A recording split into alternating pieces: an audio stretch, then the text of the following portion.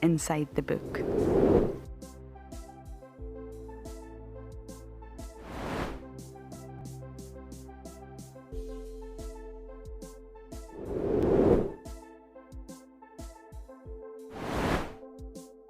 Head over to the website to add your name and reserve your copy. And a big thank you to all of you who have contributed to the book so far. For many years, WildEarth has taken viewers from around the world to the Mara Triangle, a place of majestic beauty and abundant wildlife. But it wasn't always like this. Before 2001, it was infested with poachers. Illegal harvesting and hunting was rife. Now the situation couldn't be more different. The hard work and dedication of the Mara Conservancy has revolutionized this magical land. But now, the loss of revenue from tourism has created a grave crisis. The Mara Conservancy needs help if they are to continue protecting the reserve and supporting the local communities whose livelihood depend on its survival.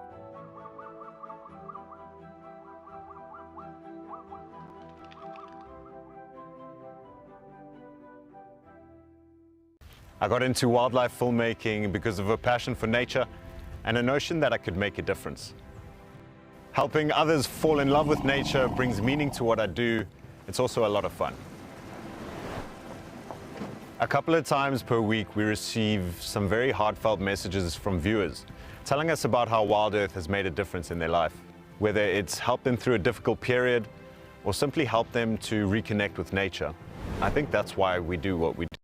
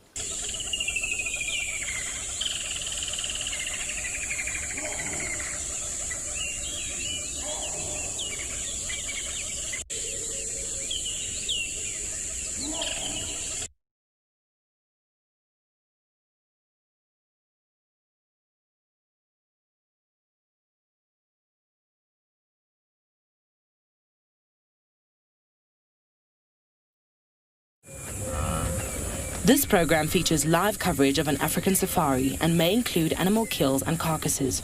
Viewer discretion is advised. Good morning and welcome to the Sunrise Safari, coming to you live here from Djuma Private Game Reserve in the Sabi Sands, where everything is rather still in this early morning, overcast conditions. Good morning and hello. We are going to be out and about seeing if we can track down any tracks. Just read the morning newspaper this morning, see what is going on. Lauren is going to make a turn past the hyena den.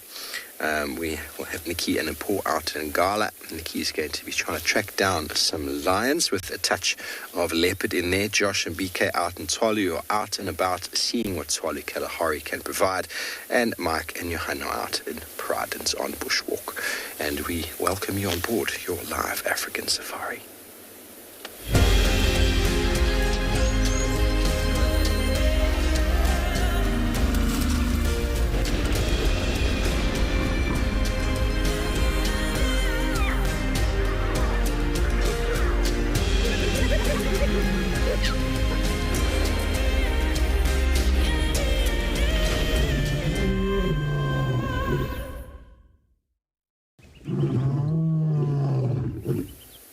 Welcome to Djuma Private Game Reserve in the Sabi Sands, everybody, where it is a lovely 18 degrees Celsius, 65 degrees Fahrenheit, with 2% chance of precipitation. And of course, you also have the Dream Team on directing shift this morning. You've got Jared and Elton with the sun watching tech.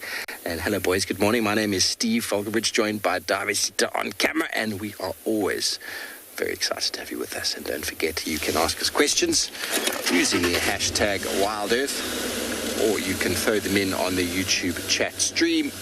Alternatively, you can send them through via email. If you are under the age of 18, get your parents to send them through using kidsquestions@wildearth.tv. Alternatively, go over to the website, register. If you have not registered yet, you can do so and go over and submit your questions on the live safari page.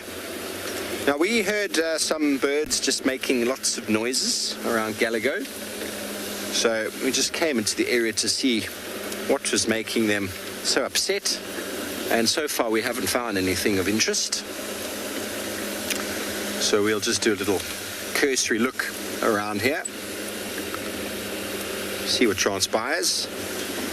We would really like to find the Princess Tlalamba, so I'm probably going to head over towards Quarry Pan Central Road, have a little scratch around there for some tracks.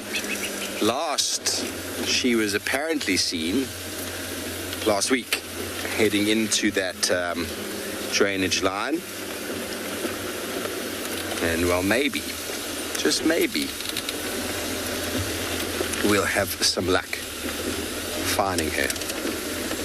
But it is Easter Sunday after all, everybody. I hope you're all enjoying a wonderful, relaxed morning or afternoon or day or whatever it might be. It is cloudy and overcast here. Let's see what the weather is prevailing across all the properties.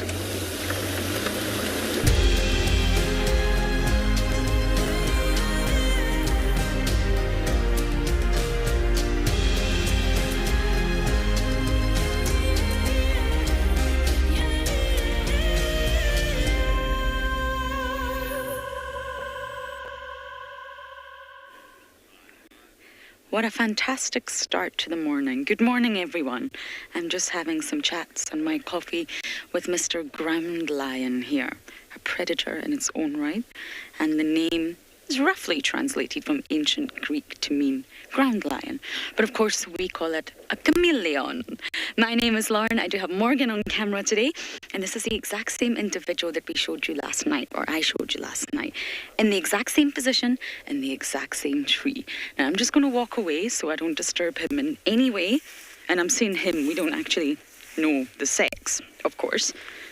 But a fantastic organism that is already camouflaged. Look at that. Look how well he blends in. He doesn't need to camouflage anymore because, of course, he's already camouflaged. And he's waiting on getting some warmth and some solar radiation from the sun in order to go about his day. It's a flapneck chameleon, and they are quite territorial. And you will find them, generally speaking, in the same tree time and time again.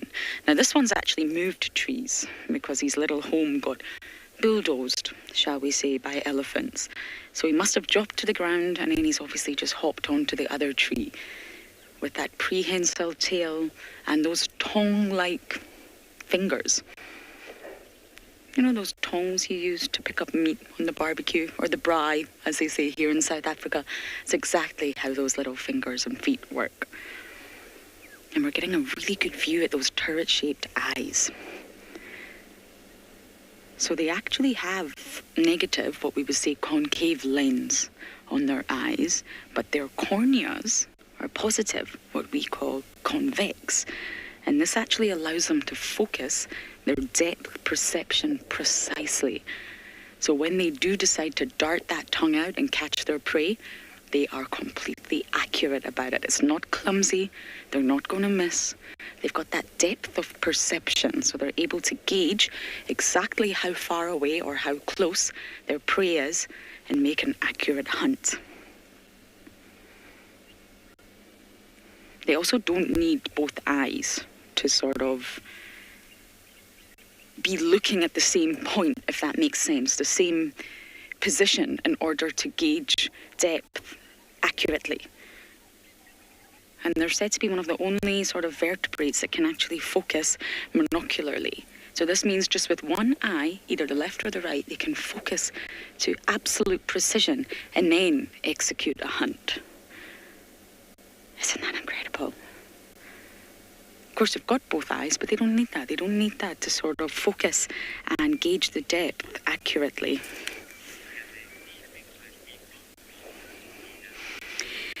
Nina, chameleons are actually said to sort of be able to see in different spectrums of light. So the human sort of visual capacity is quite limited. And chameleons are said to be able to communicate and also see in UV light, which we of course can in any way, shape or form. So by communicating through the fluorescence of UV light, that ultimately tells you immediately they must be able to see it, because there would be no point in communicating that way if they can't see it. So it's been proved that they can, of course, see well out of the spectrum.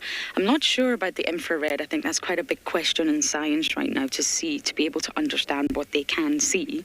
But yes, they can see a lot more than we can. They can see in 360 degrees and colours that we couldn't even begin to imagine. But how they normally use their eye is fascinating. So when they see prey, they can move their eyes independently. Look at them go. And they're said to have a tracking eye. So let's just say, for example, he uses his left eye that we can see to track the prey. Then he's able to follow it, and he's able to bring the other eye, which would be his right eye, they call this a converging eye, swing it round to then have both eyes focused on the same thing. So they track with one eye. The brain's computing the images from one eye, and then they'll bring that convergent eye round to try and get a more accurate picture of what's going on. A tracking eye and a convergent eye. Isn't that incredible?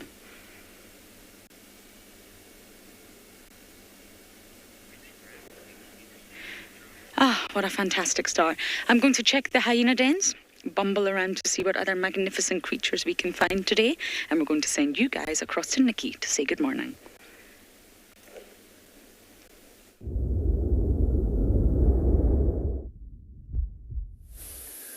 So warm welcome to all our viewers. We're currently watching a pride of lions, and just up here in the tree line we can actually see another lion coming down towards the rest of the pride. You can see those two have their ears pricked up, and pretty soon there's going to be one that's going to join in from the left. Let's just have a look. So I'm Nikki, I'm going to be a ranger here at andBeyond Ngala, and on camera we have Paul. So we were looking for these lions the whole morning, and Rowan actually spotted one of them as he was driving past, and as we came, quite a few of them started joining up together again. So I'm going to lean out of the way so you can actually have a look at this one that's now going to join up with the pride.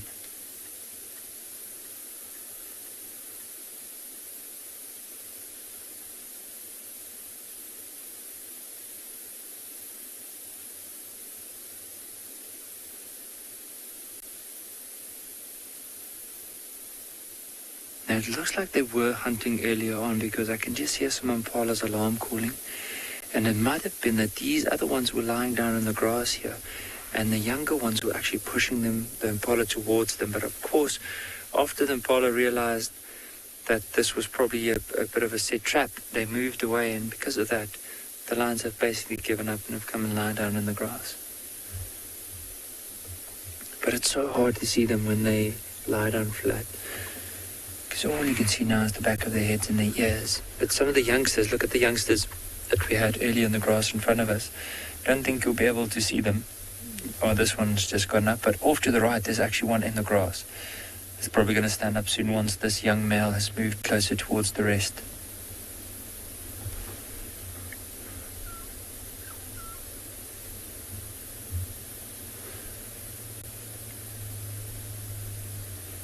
So sometimes when they do hunt, they'll leave these youngsters behind and go and hunt, and then of course if they were successful they'll go and call them. Even if not, then they'll come back, call them, and then move on with them. But while we're going to stick around with these lions and see what they're going to be up to this morning, let's head across to Josh at Tswalu Kalahari for his intro.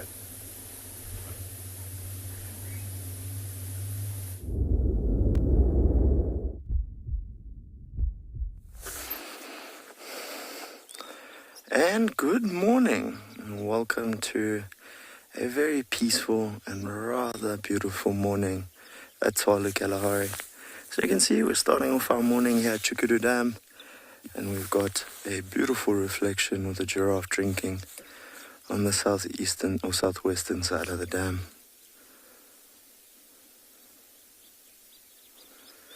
Dawn chorus is going nicely in the background. And it is just the perfect start to a day.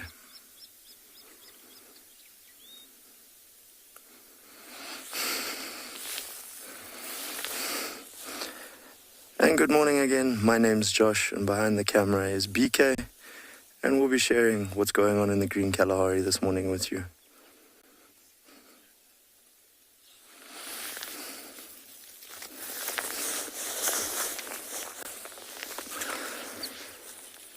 So definitely a nice peaceful way to start the morning. I prefer coffee, but this giraffe looks like it's having a nice drink of water, and the reflection this morning is nice and clear.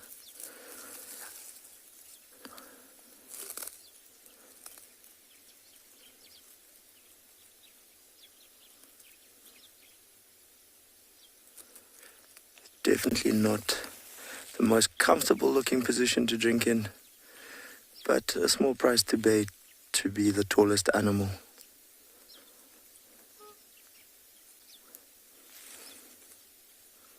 Every now and then we get this little honk from some African shell ducks.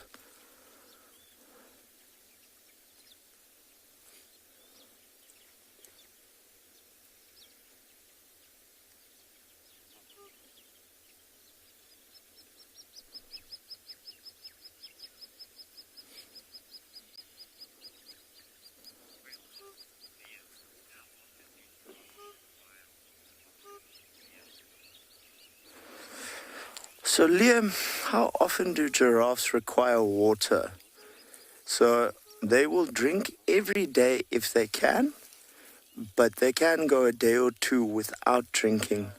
They're not a heavily water-dependent species, but they will definitely drink if the opportunities are there. They are recorded in surviving in very harsh areas, like Etosha and that. But they would definitely prefer to drink every day.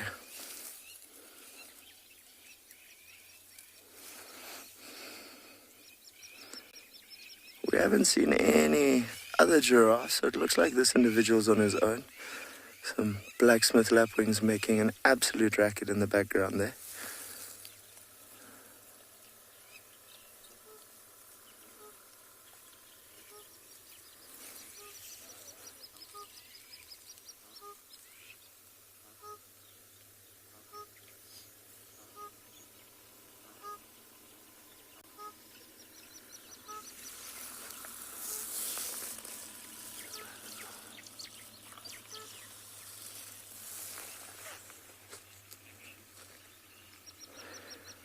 agree with you. It's a very peaceful reflection. Looking slightly distorted with all the movement on the water, but still a stunning reflection there. It's all the vegetation around the dam. It's a very clear sky this morning here at Tswalu. Not a single cloud to be found.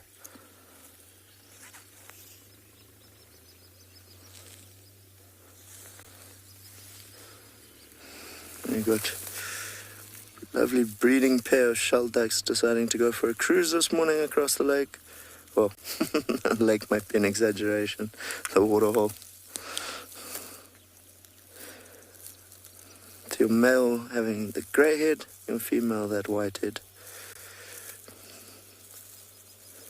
They've been fairly resident here at the dam the last few weeks, so be interested to see how long they stick around with us.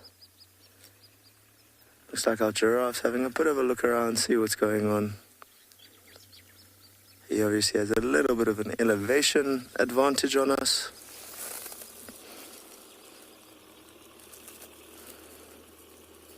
And there's a nice reflection.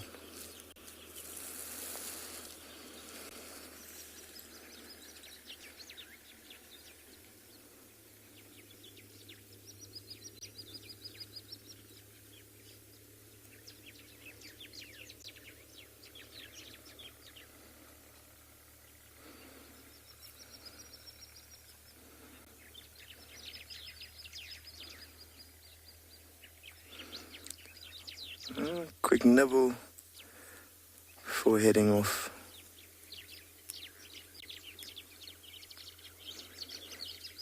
Very peaceful this morning.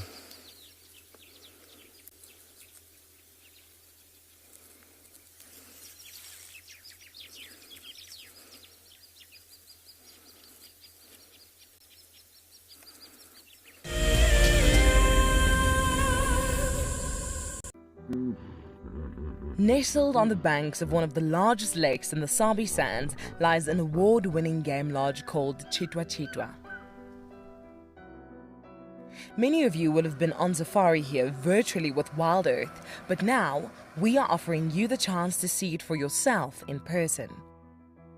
Sign up to be a WildEarth explorer before the end of April, and you and a friend could win 3 nights to this luxury lodge. In addition to the unforgettable safaris, you can unwind on the deck, relax in the pool, and even savor the various bush dining experiences. Chitwa's holistic approach to hospitality, with specific emphasis on conservation, will leave you with the very best memories of the African wild. WildEarth Explorers, it's in your nature. So in 1998, we had this idea to go and put a live web camera on a waterhole somewhere in the Sabi Sands next to the Kruger National Park. And I approached just about every single landowner, and everybody thought I was completely crazy until I met Yuri and Pippa Moorman. We thought it was definitely a fun idea and a worthwhile thing to experiment. And it immediately became a runaway success. And it gave people all around the world the opportunity to watch a little piece of Africa, day and night. Back in 1998, it was the very early stages of the internet. And all we were able to do was to get a 30-second refreshing JPEG out of that camera. But over time, what we began to do is focus more and more on trying to develop this concept of giving people the opportunity to go on safari.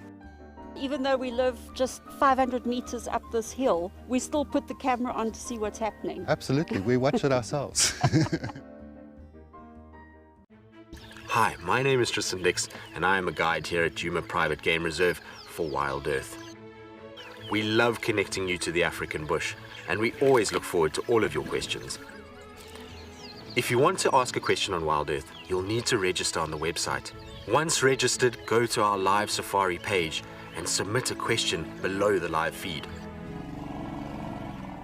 Catch up with me on WildEarth.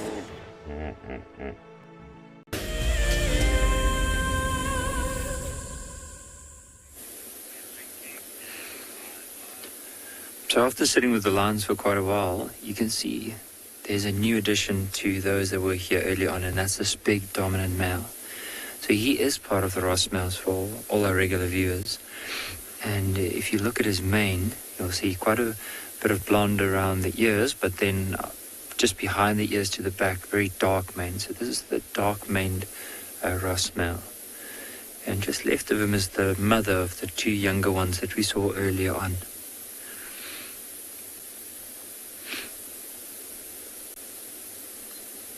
So this male was not with this female and the youngsters. This female was actually looking for hunting opportunity because we only saw the youngsters. And as we followed the youngsters, she was starting to contact call, and then eventually they joined up with her. The two other lionesses came, and then this Ross male came to join up.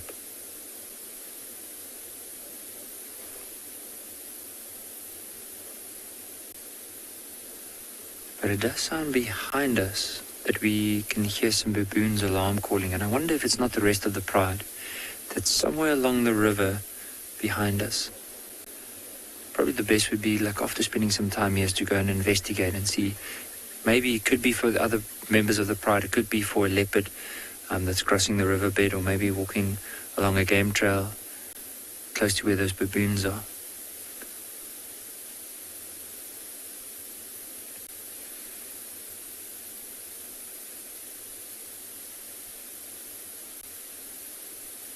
So apparently what I've heard from some of the rangers, so last night, the two Ross males were close together, and the young Birmingham male, so that male that had the limp on the back leg, came close to the pride, and then these males actually chased them.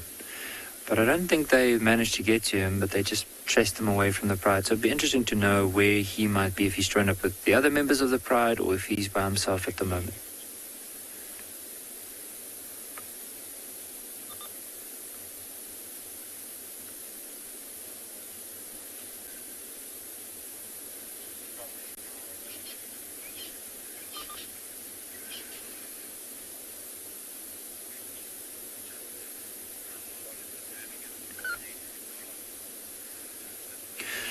Justin, they've dominated Ngala for quite a while. The exact number of years, I'm not too sure.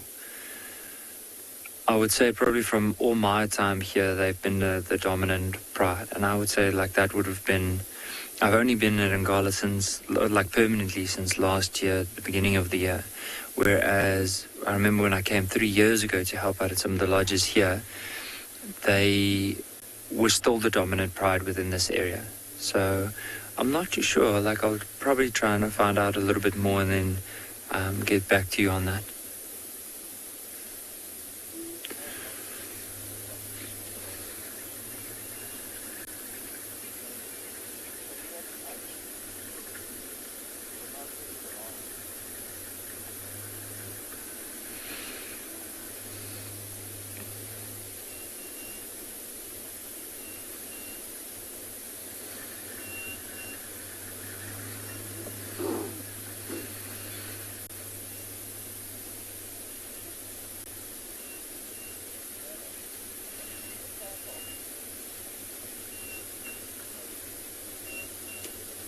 I'm hoping that this lioness would get up, just so we can see her. You can see it's really difficult in the tall grass when they lie down to see them.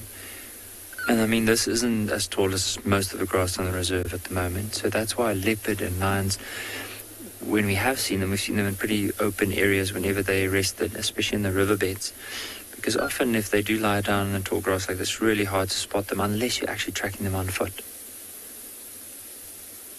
But even that can prove to be very challenging, especially when the grass is really tall and other animals move through the area, because then you can't really see the grass that was flattened. Was it flattened by the lions? Maybe a buffalo, could have been a herd of elephants. You're not too sure.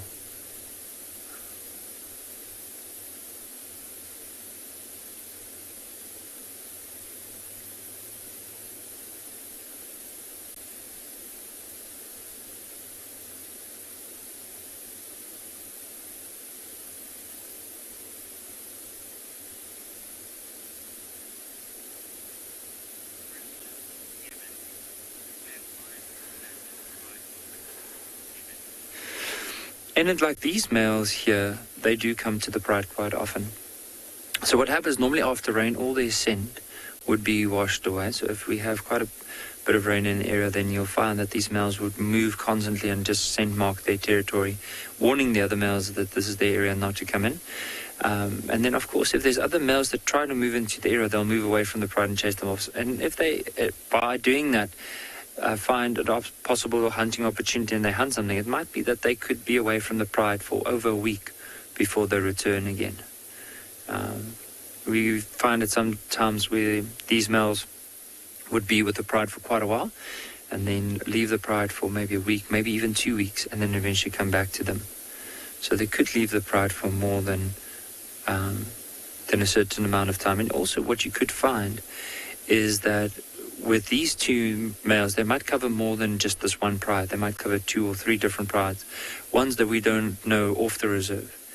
And then what could happen is if they with those pride, let's say there's a female and estrus there, or maybe they've made a kill, they could stay away from this pride a lot longer than just 2 weeks.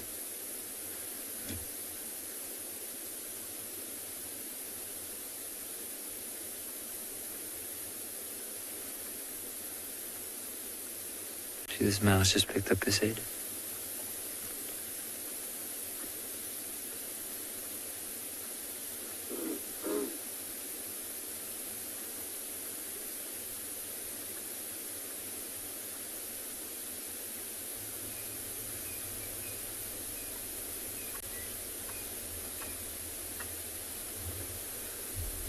How's that? How both of them, the male and the female, actually drop their heads at the same time. Now it makes it very, very difficult to see them. Now and again you'll see the tail. So what we'll do is we'll just spend more, like couple more minutes here. But if they're not going to be moving too much, we'll rather use this time to go and search for something like a leopard, or maybe see what those baboons were alarm calling at earlier, excuse me.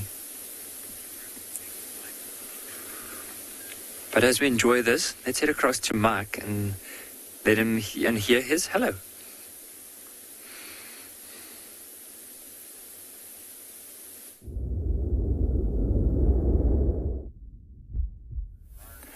Righty-ho, what a beautiful morning, a little bit of cloud cover, relatively cool, but I'm sure it'll feel warmer a bit later. Hi everyone, my name is Michael Anderson, behind the camera is Johan, and you're joining us at Eco-Training's Pridelands Conservancy. We've just left the car, we've just parked it up on a road, a little down the way, and we've walked a couple of meters and found this really awesome little waterhole, which is great to see because it is drying up right now in the bush. As you can see behind, there's a bit of green grass here, but outside of this little drainage line, it's starting to get much, much drier. And it's interesting because we found some very fresh hyena tracks just over here. I don't have my magic wand today, so I'm just using a piece of grass.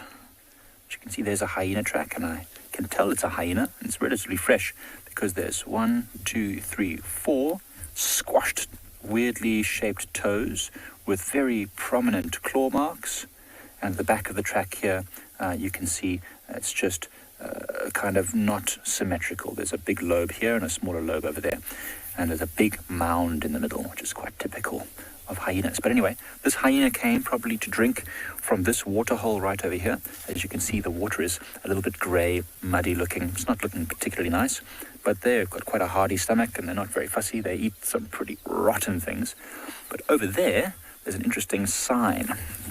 So if you just follow me just this way, there's a place where elephants, most likely elephants, have been digging in this sand in order to get to filtered, fresh, clean water. Now, it might not only have been elephants, it could also have been the hyena, because I see there's a hyena track also here, but elephants are normally the ones that do something like this, and they certainly would have been the first, because elephants are fussy. They like to eat, or drink, the filtered, clean, fresh, clear water that comes through this river sand. So I'm not going to try and dig right now because it looks like the table of the water has fallen a little bit. It's quite far down to get to where the water table is, just over there. But an awesome morning. The plan is basically to follow this drainage line that you see behind me down in a westerly direction to see what other animals might be about. We know there was a herd of buffaloes in the area. We know there's lion tracks of a single lioness, could be Lagatha, moving into this area. Don't know where those tracks have gone. And of course, there's always elephants on Pridelands, as you know. So we're going to do our best. It's much less windy today than it was yesterday, as you might have seen. We didn't go out yesterday afternoon. Far too windy, a bit dangerous. But this morning, hoping for some great success. But in the meantime, we're going to send you over to Tswalu, and we'll let you know if we find anything cool.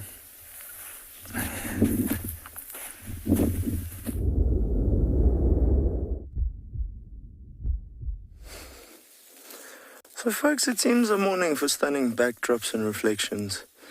We went around the dam and noticed that our friend hadn't gone too far. With that back view of the Coronaberg with the sun just coming up and you're getting that golden light, it kind of took our breath away a bit. So we thought we'd sit with him and try and share it with you. A very dark giraffe. Quite an old man by the looks of things. Quite a few knobbles in the front of his head. But how's that for a contrast, that pattern being so distinctive against the light background of the Coronaberg?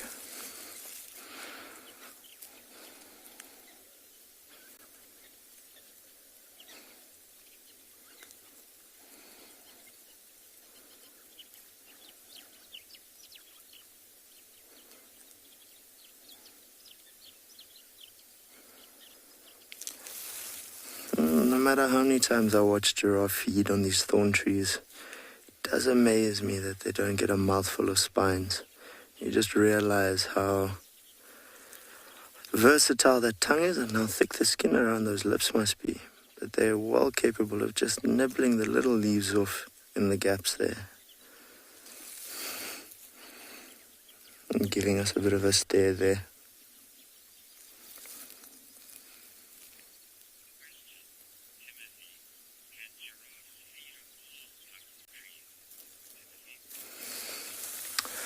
So Timothy has asked, can giraffes feed on all types of trees? Timothy, as long as they're not toxic. If you look at something like your tambuti, it has a natural defense, which is an incredibly nasty toxin. Very few species feed on it. Generally only those that have a blocked stomach, although your black rhino is known to be fond of it. I've seen ellies eat it a little bit. But these guys prefer your acacia family of trees, so your thorn trees. Remember, all your species of trees have the ability to defend themselves using tannins and just making their leaves very unpalatable. So yes, they can feed on pretty much anything, but you'll find that they prefer the thorn tree family.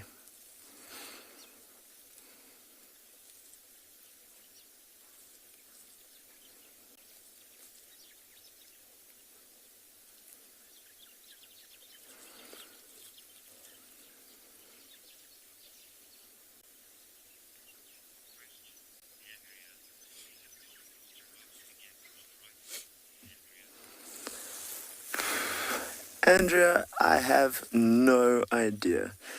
So I've just been asked, is it common for giraffes to get arthritis? Now, if I think of arthritis, I think of old people with issues with their hands and not so much with animals. I've never had that thought before, and I'm not even sure they can get it, to be very honest.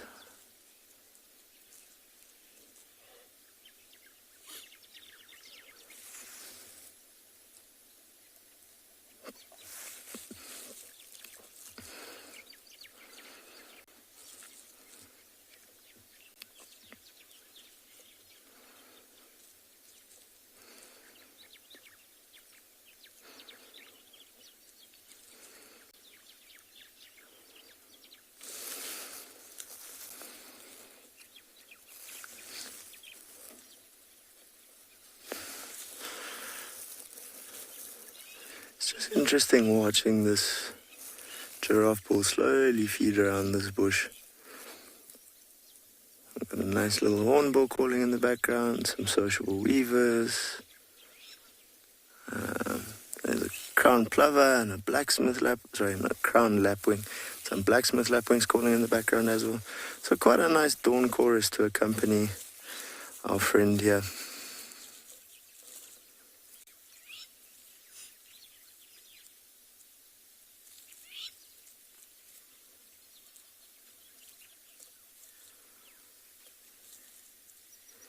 Slowly waiting for that sun to come up over the mountains. We'll start to get a little more of that golden light this side.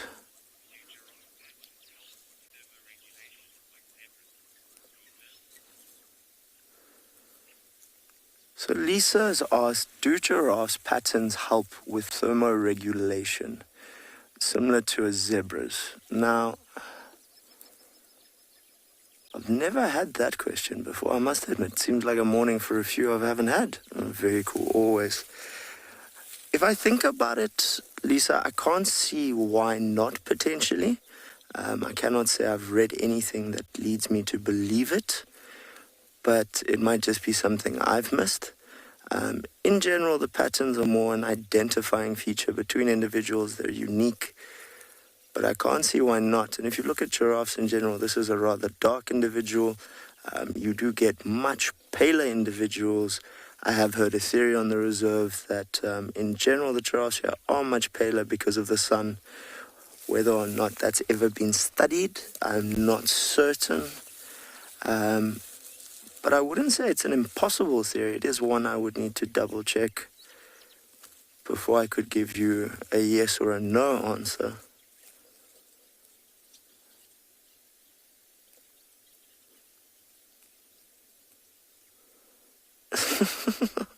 Not quite sure what happened there. Decided to do a little bit of a disco maneuver. So we're going to carry on and leave this old boy to his breakfast and see what else we can find. For now, we're going to send you across to Lauren at Djuma. Enjoy.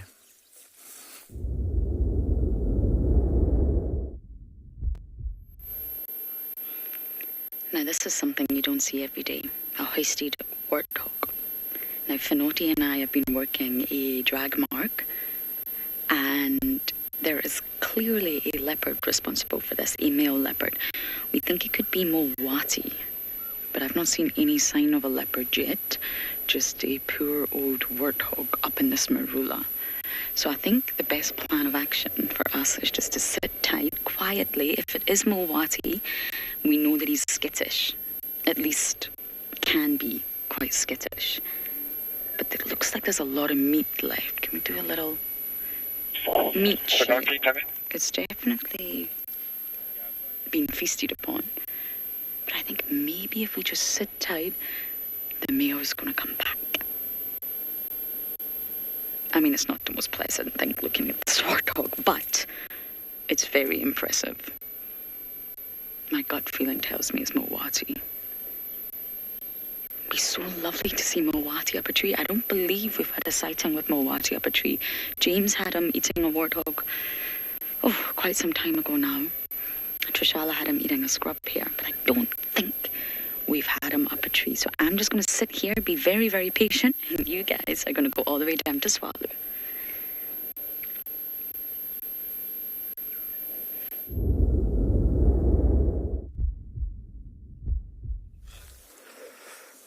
So folks, you're back with us, and we're trying to figure out what our giraffe friend has found so curious that he is staring intently.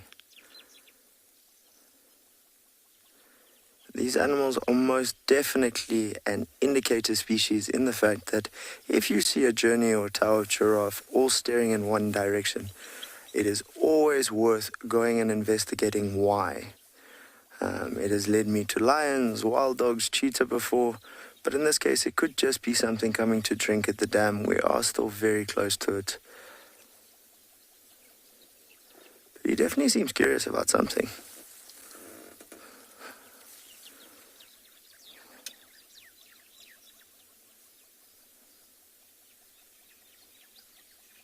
It's always fun to wonder what goes through their minds. I do think sometimes we try and put in human emotion almost to them. But the natural curiosity of a giraffe, I think, is something very much real and something, if you've ever been in the bush, you can experience. My favorite is always on a bushwalk. If you see a journey of giraffe and they see you, just sit down and give them a few moments, and they cannot help it. They want to know what is going on, and they will wander closer to you. Looks like this gentleman's coming to have a look at us as well. Coming a little bit closer.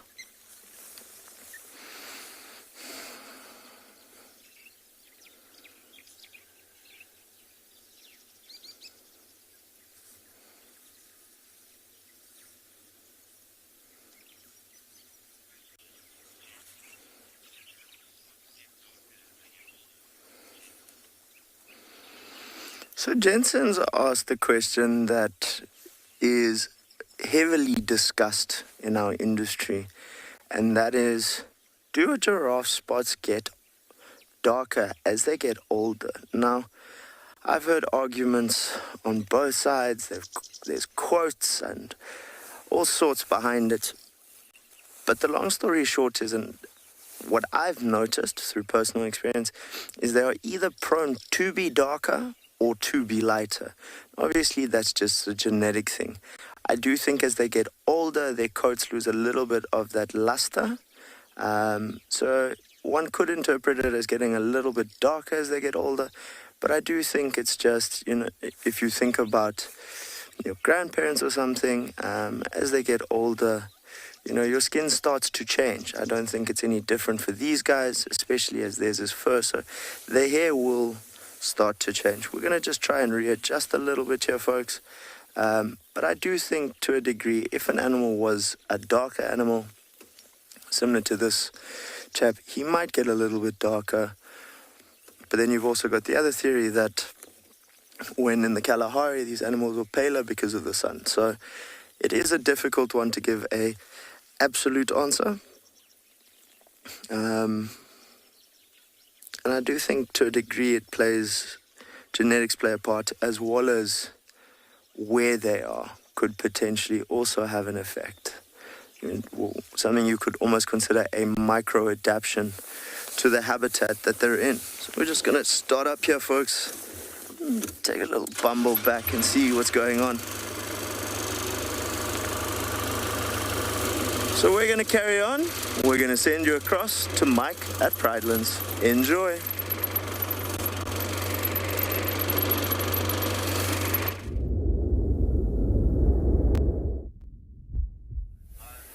So we're continuing down the drainage line. We're crisscrossing it every now and again. And as we crossed to this one place here, I saw this fallen knobthorn.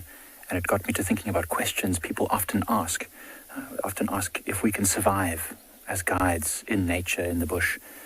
And I mean, to a certain extent, sure, we can find water and we can, find food, and we know kind of what things to eat and whatever. I don't know if we could survive forever, but definitely for a short time, for sure.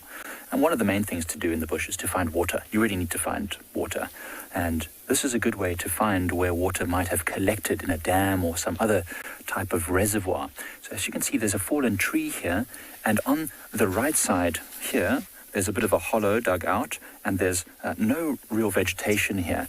But on the left side of it, or on the other side of it, you can see there's a ton of grass and sticks and twigs. Detritus has washed up against this fallen log, and that tells you that the direction of water movement is, that way, going down the drainage line, which is pretty cool, pretty important to know, because now if you were lost in the bush and you couldn't find water and you're really struggling, the best thing to do would be to follow this drainage line, because that's going to be going downhill, and the lower you go, the more chances you're going to have to find some water pooling somewhere that you can then dig in the sand, just like that elephant did, to get some of that cleaner material. I mean, we do it often in this very drainage line. Sometimes when we're on bushwalk and we find a low patch where we can see elephants have been digging before, we get the students to dig, and then the water that is there is not crystal clear, but it's perfectly drinkable. I mean, this is a natural area. There's very little human influence here, so we can dig down and drink the water, and it's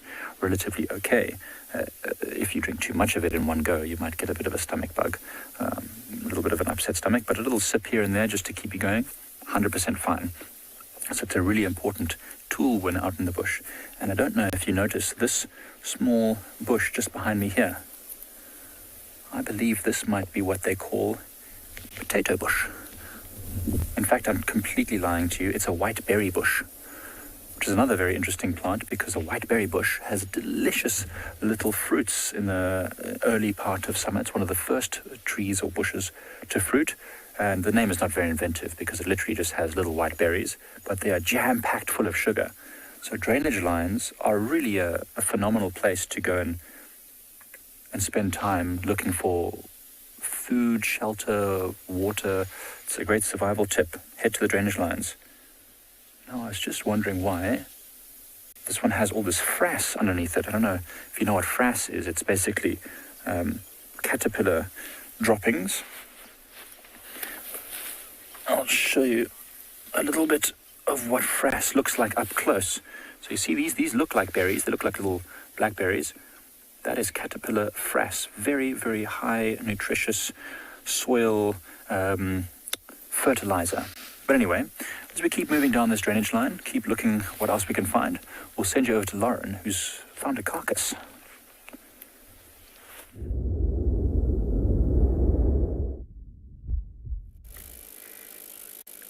Sadly, the situation's not changed here. We've seen Ntima, and Tima's around. She can obviously smell the delicious warthog. We've not seen any signs of a leopard. He's here. He's definitely here. And I think it's more than likely Mulwati due to the size of the tracks and the location where we are. We are just slightly north of the southern firebreak next to Weaver's Nest. And the only other male that it could be right now would possibly be Shasha, and his track marks are obviously much smaller than the likes of Mulwati's. So I'm just going to speculate that it's Mulwati, and I really do think he's going to come back at some point. I think the best bet really is just to stay still. Patience pants are fully on, and that's where the hyenas are. And Tima's not at the den because she's here. I think this is the first time I've seen a warthog hoisted, though. And if you just take a simple look at the environment where we are right now, it's still so thick. The grass is definitely subsiding. The vegetation's changing, I can see that. But if you just look around, it's so thick. There's a leopard here. We just can't see him. And I don't know whether to go round. I know he's just there. The other vehicle saw him. I also don't want to scare him. I don't know whether the best bet is just to sit tight, but you can see it's still so dense, subsiding, but very marginally so. This poor warthog. I think sit tight is the best option for now. I have had sightings with Mulwati. We all have, I think. They're just very brief. He's really not a male that enjoys being around vehicles. So I think we'll maybe keep this lock to a 2-vehicle sighting instead of 3, just to not scare him off. But if he's put all that hard work into this kill and dragged it, we followed that drag mark quite far, then he's not going to let it go. Martin, absolutely.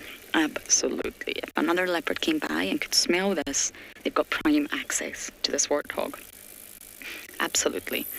They may be a bit nervous, especially if it's a youngster like Shasha and Langa. They may know that there's a kill there. And of course, they can't resist that delicious aroma in their nostrils. But they may also be nervous because the owner of this kill could be around. And leopards like Shasha and Langa, who are really, really not too far away from Gowrie Main, but on Little Gowrie, they're young, they're small. But yes, absolutely, Tingana used to come and steal Tlalamba's kills all the time. Really. All the time. Just jump up the tree and take it. So yes, even a lion. Darkmane's apparently around as well somewhere. You can hear him. He called all night. And he could easily come up the tree as well if he's not too stiff. That's for sure. So we're just going to sit tight here for now. And you guys are going to go across to Nikki at Ngala.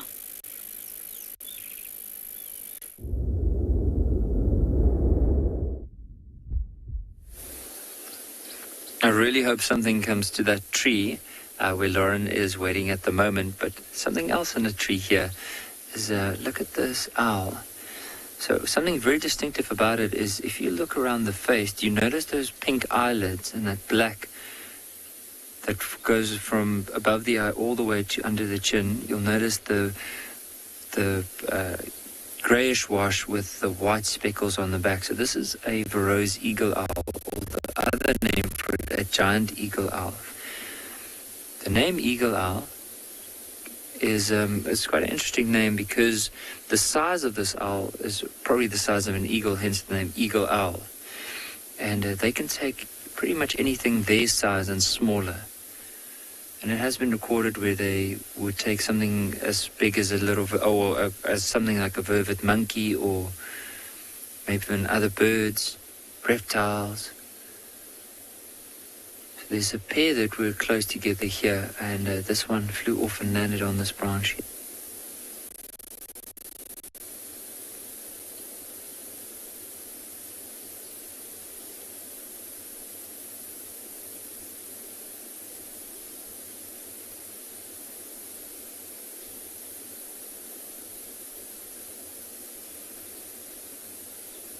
Now I can see those pink eyelids pretty well.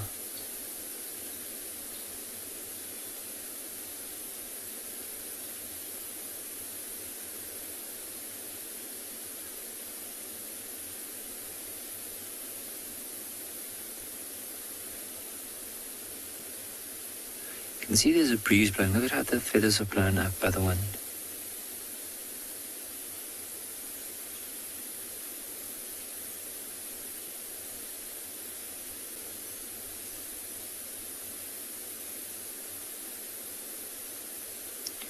You can see it's looking around. Now, mainly when you drive in a riverbed, you often find them along the big trees. Chris, as you mentioned earlier, eagle owl because of the fact that they are the size of an eagle, hence the name eagle owl.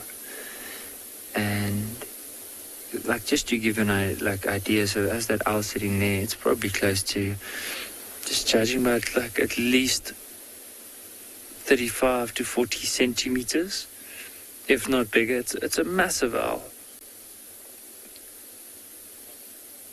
And hence the older name as well, the giant eagle owl, because it's probably one of the biggest owls we get in the area, them and the spotted eagle owl.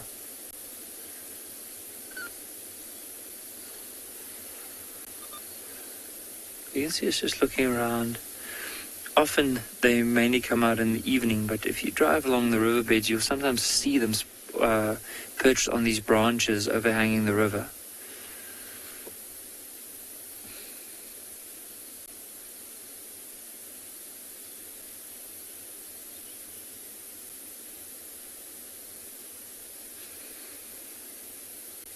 I'm just trying to see if I can see the other one, but unfortunately no luck yet. I think the other one just moved off to a tree that we can't really see it at the moment with a lot of cover. And whenever they call, they have this very distinctive in the riverbed.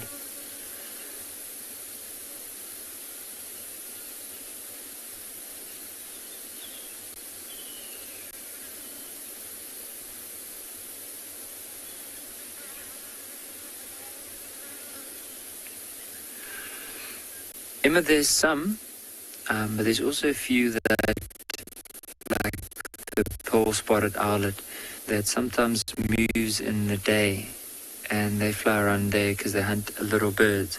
But most of the owls, I would probably say, are going to be nocturnal, so mainly coming out in the evening. And even something like a Pell's fishing owl has been recorded to hunt in the daytime.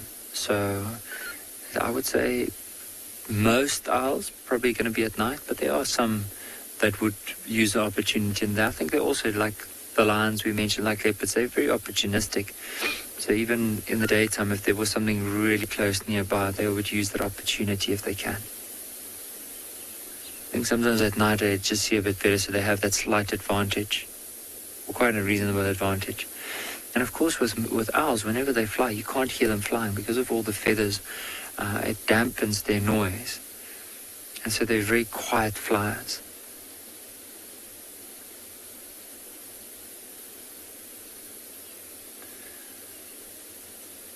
just wanted to show you where they are on the riverbed. And if I can ask my porch to move out so you can actually look down the riverbed and see where we've come from.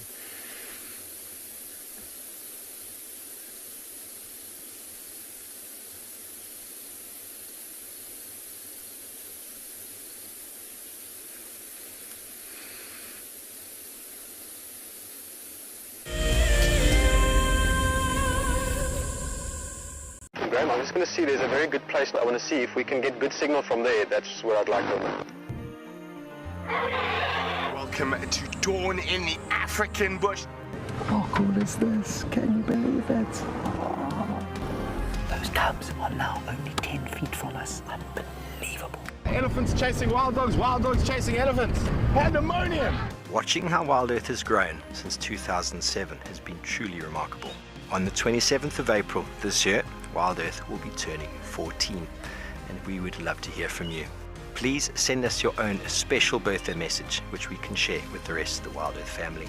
Maybe you can tell us why you started watching WildEarth, what WildEarth means to you, or you could just send us a very happy birthday.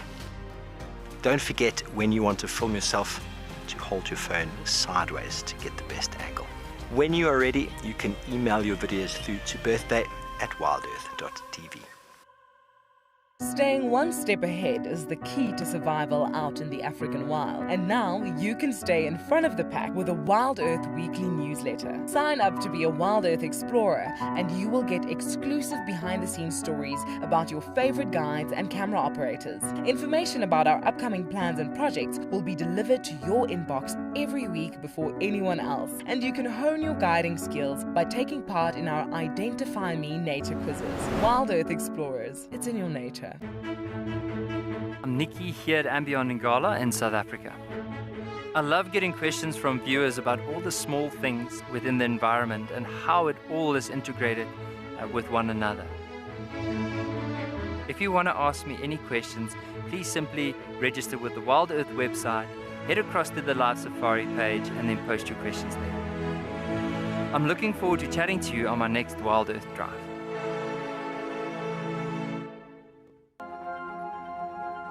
What are you looking at, man? That's its gangster face.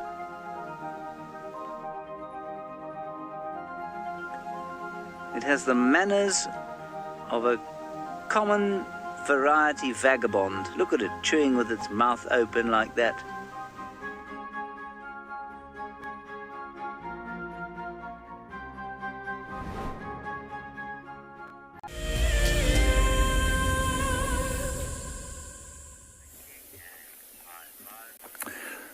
To a beautiful natural archway and a very idyllic small mud wallow waterhole. We were actually here about a week ago. The water levels dropped significantly, but what a spectacular little spot. It's very, very sheltered, and that's why it's staying with water for quite some time. Still in the drainage line, a couple hundred meters from where we were. And there's another interesting sign over here, one that we should be very aware of. Now, mud is often sought after by many animals, especially buffaloes, because as they get older, they lose their fur and they need the mud to protect them from biting insects and also from the sun. And up here, what we've got is the sign of a buffalo's horn scraping here. Do you see that? So often buffaloes get an itch between their horns, especially the males with that big boss. And so just where the horn attaches to the skull, they can't scratch just in there. So what they often do is they'll come up to a tree like this and rub all over it in order to try and get to those itches they can't reach with their hind feet. And so the boss is very strong and heavy and scrapes off the bark of these small trees around these waterholes. And then you can even see where they've been squeezing through behind me here. There's mud caked onto the side of this tambourti here. It must be so pleasant with this rough bark to actually scrape through there. Oh, I'm in the way a little bit. All right, but another really awesome reason that we decided to stop here was because we've seen this waterhole before and it's nice to watch the progression of how it's changing. But we just talked about finding water in nature. So this water hole here is very smelly, full of animal dung, full of saliva, urine. It's not good. We can't drink that. That's going to be toxic to us and we'll get very sick. But over to your right over here, there is a nice sandy filtration system. And you can see just over here, well, I actually came here earlier to test it and it worked. There's where elephants have been digging in the sand over here, and you can see it's very wet. So what I want to try and do is to show you how quickly you can find water in nature. Okay, so if I take my hands here, look at this. Look how quickly that is filling up with water. Can you see that? Isn't that amazing? Now, it looks very silty and muddy right now, but if we dig a little deeper, make it a bit deeper, and we leave it to settle, you'll notice all the silt settles at the bottom, and you've got nice, clean, fresh water at the top. So what I'm thinking of doing is maybe spending the next half an hour here, dig a nice big open hole, and see if we can get that to settle, and then I'll drink a little bit of it to show you that it's perfectly drinkable.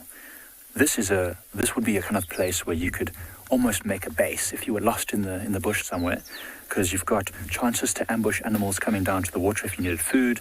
There'll be almost certainly plenty of edible plants, roots. I mean, just over there behind me is a buffalo thorn tree, and that's got edible leaves, so you could eat that. You can find water. You can generally find a lot of shelter and shade in this place. You just need to be very aware of dangerous animals like buffaloes and elephants. But if you put your little shelter somewhere away from this water, it could be quite fine. So I don't know if you'd all be keen to see that. I'd love to hear from you. Would you be keen to see me dig this sandy hole and drink some of this water, or is that a big no-no? But whilst you think about that, we'll send you over to Josh.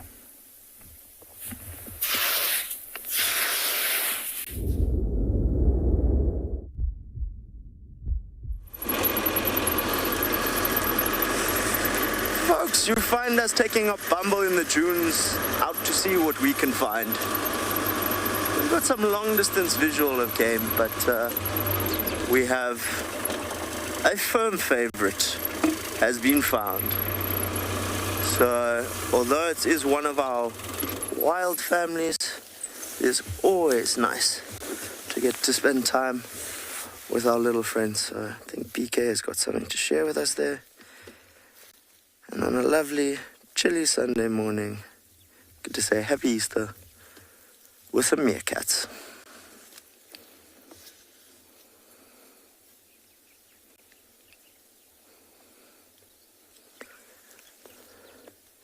Shame, I think the little guys are cold this morning. I'm still wearing a jersey and a jacket, so I can imagine they're not too warm yet, so a lot of sunbathing going on there. It's quite a nice big family.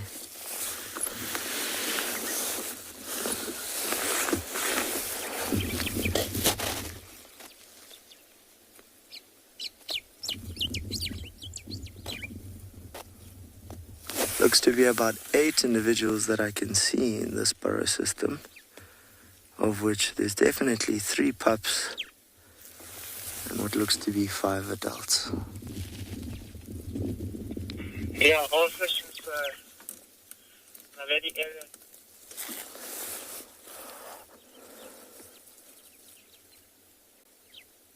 Yeah, just sitting in the sun, defrosting a bit.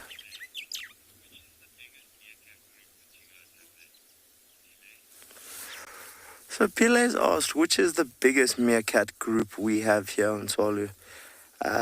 If I think of our habituated groups, I would have to say it's the Mokala family. But in terms of wild families, out in the far west, Pile, I have counted families of over 30 individuals. Now that is an incredibly large family.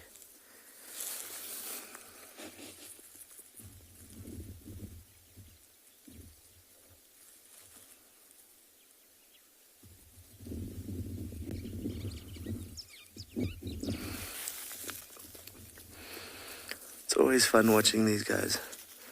With it getting colder, they're coming up later and later in the morning and just waiting for it to warm up quite a bit.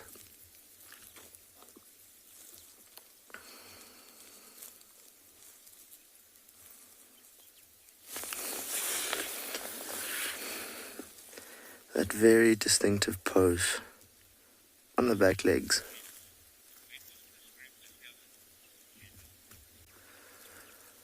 So Kendall, we are probably about a 10-minute drive from the areas we find our habituated families. So this family, I have seen them 2 or 3 times. As to when they were specifically discovered, I cannot tell you. You might find some of the older guides know that this burrow system gets active every year, potentially. Remember, these guys are territorial. So this is, I think, the second time BK and I have seen them together here. But they'll have multiple burrow systems in this area. Now, without spending quite a bit of time with them and following them, we won't know where all their systems are, nor what their territory area is. So when they were discovered, I can't tell you, but I do know BK and myself found them for the first time probably a week ago. So this family would have been in the area for quite a while, but they're a little bit more relaxed because they're quite close to the main areas we spend a lot of time in, versus the families in the far west where you don't get within, I would say, 60 or 70 meters maybe.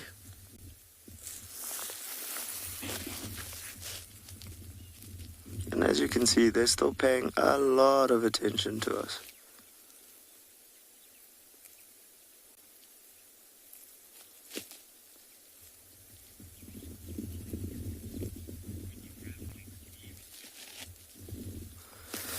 I think we're going to sit with these guys a little longer, but for now, we're going to send you across to Steve in Djuma.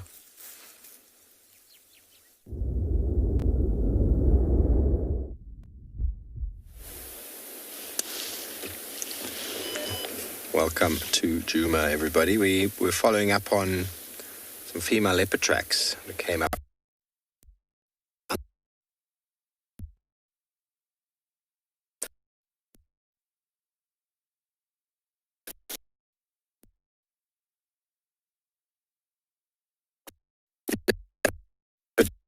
Up the fire break and then down the fire break. We've now not sure where they've gotten to.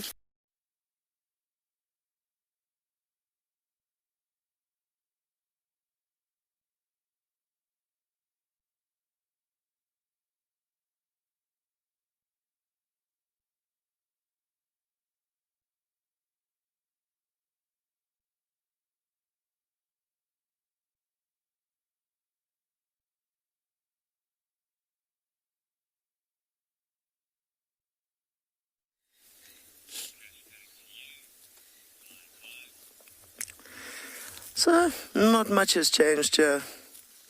They're getting slowly a little bit more active, or it looks like it for a little while, and then the wind gusts a bit. They decide they're cold, and they either go back to sunbathing or back into the burrow system.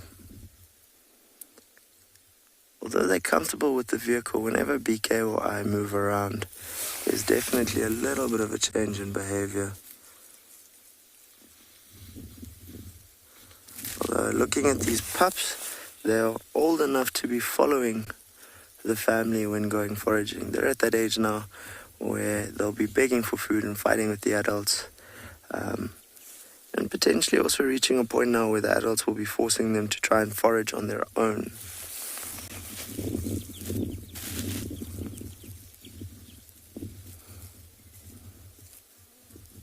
Definitely got 1 or 2 slowly heading off foraging. And others going, it is still too cold. It's still too early on this Easter Sunday. And as you can see, the ground cover is quite thick where they are.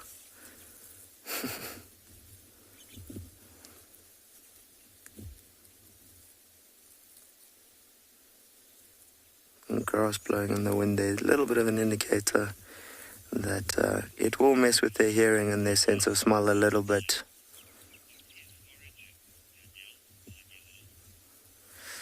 Danielle, 9 years old, has asked us, what is foraging? So Danielle, it means to go and look for food. For us, we forage in the kitchen. They forage in nature. looking at my size, I am very good at foraging in the kitchen. BK's having a good chuckle there. I am not the smallest person.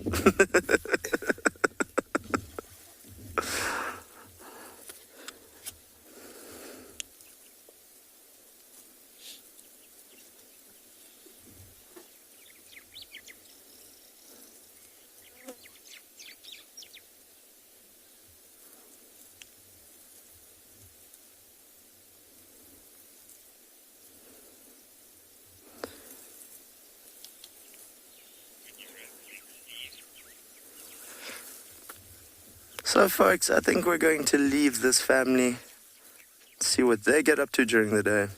For now, we're going to send you back to Steve at Djuma.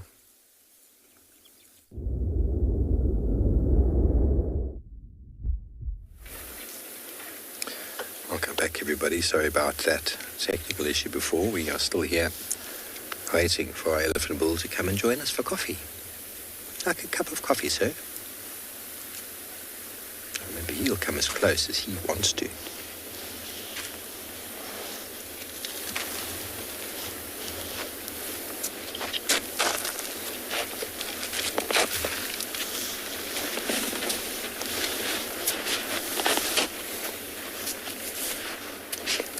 Very, very special. I can't explain to you, everybody, what that feels like, having a huge elephant bull walk right up to us, right past us. It really is quite something. Cheers. Toby, feels good. Awesome. Awesome. Now, a vehicle that was with us before has come down to the bottom. The elephant's unsure what to do.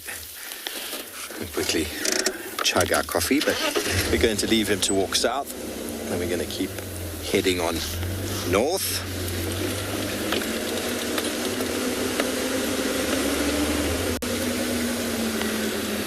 Okay, well, it sounds like Mike is rather thirsty. Let's go see if he's going to find himself something to drink.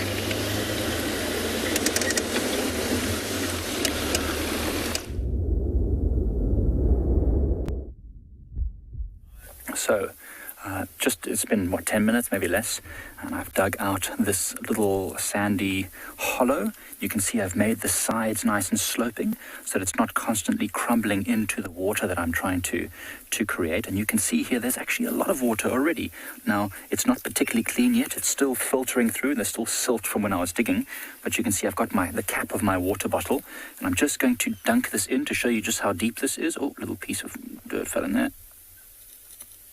Look at that, there's a cup full of water. Now this water, as you can see, is not particularly clean just yet, but it's going to get cleaner as we slowly remove this very dirty, muddy water from this hole. And you can see, if you look on the edges here, you can see the water is clear on the edges. That's the water that's filtering in through the sand itself. So as we remove this silty, muddy water, it takes time, but remember, when you're in a survival situation, or even in fact just when you're living to the beat of nature's drum, let's put it that way, there is no rush. There's no reason to be hasty. You just take your time. You found water, and it's just about now making it right. So I'm just going to keep, as you see, taking out the dirty water. Just throw it out and let the clean water filter in. And even if it's a little discolorous, that's not a huge problem, because most of that is just very fine silt, and also minerals and other goodies that will, if anything, keep you healthy. So the story continues. We keep at it. There's a root or something just sticking in here. I'm just going to keep removing that and letting the clean, beautiful, and you have to be gentle about it, because the more aggressively you try and get the silt out, the more of it you disturb. It's about letting the silt settle. Nina, sand is one of the best filtration systems you can get. Most people who have swimming pools, I don't know if you have one, Nina, at home, but the swimming pool uses a sand filtration system usually to keep that water crystal clear. So it's a very wonderful way of filtering the systems. So you can see I'm just removing all of this silty stuff, and eventually, I mean, it sometimes can take, an hour of just slowly removing the silt and letting the water slowly fill in. Eventually you'll get beautiful clean water. Now, in many places, you would maybe mix in a little bit of coal. If you had coal, like let's say you found a leadwood or some other tree that had burnt in a bushfire, if you take a lump of that coal and you put it in there, it's also really good at removing quite a lot of the toxins that might be in the water. Coal is a natural binding agent for toxins. Often when you have those straw filters, those life straws and things, they've got coal in them, which helps to remove any bacteria and toxins. I'm not too worried though. I've been living in Africa for 10 years, maybe a bit longer, in the bush. So my body is quite used to the little bacteria and microorganisms that live in the soil. So I've got no major worries. But whilst you see this is going to take a while, I'm going to send you over to Josh, and hopefully when you come back, this water will be crystal clear.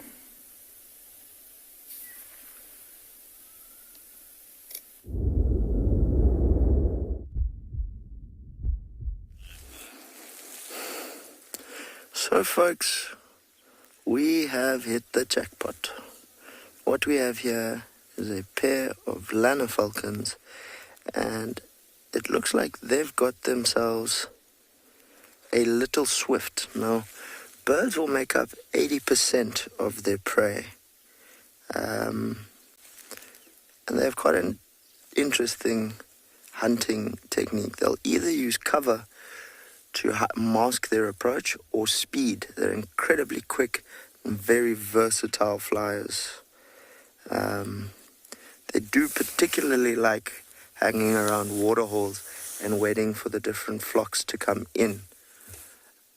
So they've definitely been successful this morning. And it is swift breakfast.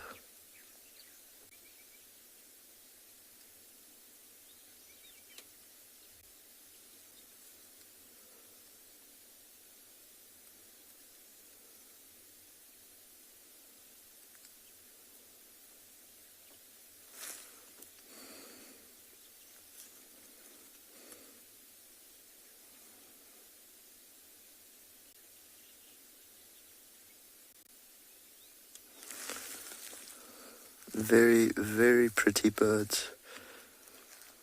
That lovely mask. Bit of cleaning of the feathers going on there. So they won't only just eat birds. Eat small mammals, bats. They have been recorded eating insects and rodents. But definitely birds is the big part of the menu.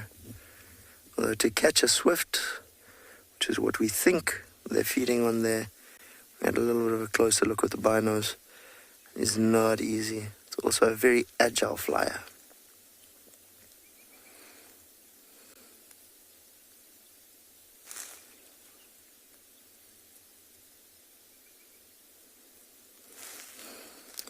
Be interested to see if the other individual gets to feed. They do often, as a breeding pair, cooperatively hunt. But whether or not if they're going to share or not, I'm not sure. It's very cool to have such a relaxed pair, maybe 40 meters from the vehicle, nice and clear, and be able to get a look at what's going on here.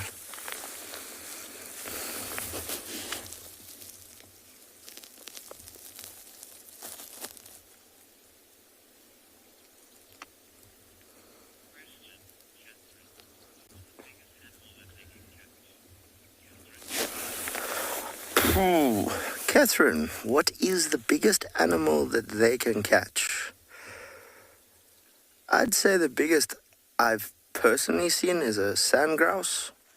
They're not a very big bird, they're not a very heavy bird, but obviously the amount of force they can strike with because of the speeds they're capable of achieving, I'd say you'll probably find they could potentially hunt as big as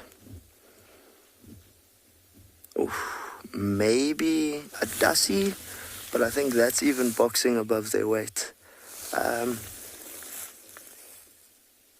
I'd say anything up to about a kilo.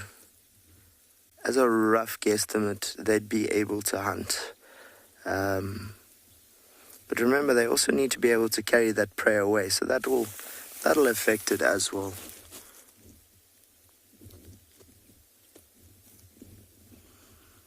I'd say even a kilo might be too big, to be honest. They're not a very large bird of prey.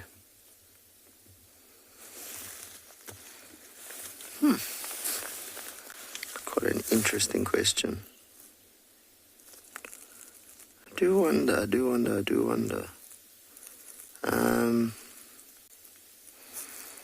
Just actually want to double check here because there's not a lot in terms of specific species that they feed on. And we certainly don't know all the answers, so I definitely use my books and that every now and then. But yeah, you're looking at a bird that weighs a few hundred grams.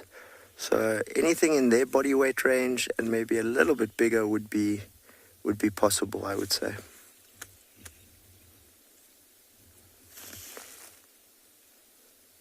Very beautiful bird of prey and very distinctive.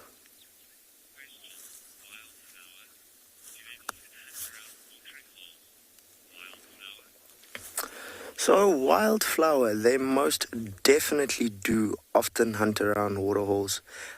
In the west at Kalkpan, one of our waterholes, there's a breeding pair there that is there almost daily, waiting for the sandgrouse flocks, the namakwa doves and that. So they've done really well hunting in that area. We're not near a waterhole currently, but they do like using the waterholes for sure.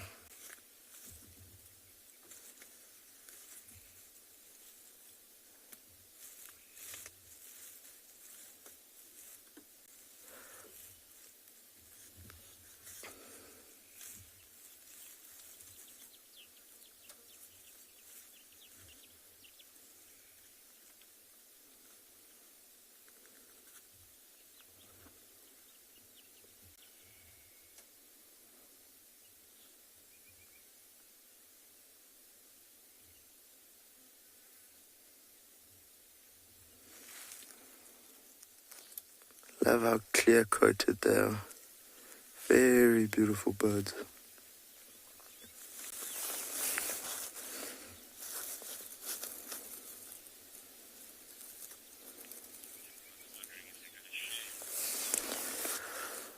Folks, I'm in the same boat as you. I too am wondering, are they going to share? And I'm not sure. I mean, as cooperative hunters, you would think so. As birds of prey, not so much. Generally, what you will see is if there is any sharing going on, it's from an adult feeding a chick. But between a breeding pair, I'm not sure. I mean, there are certain species in nature where you will find that. There's others where it is a huge fight. But in this particular scenario, it doesn't currently look like it at all.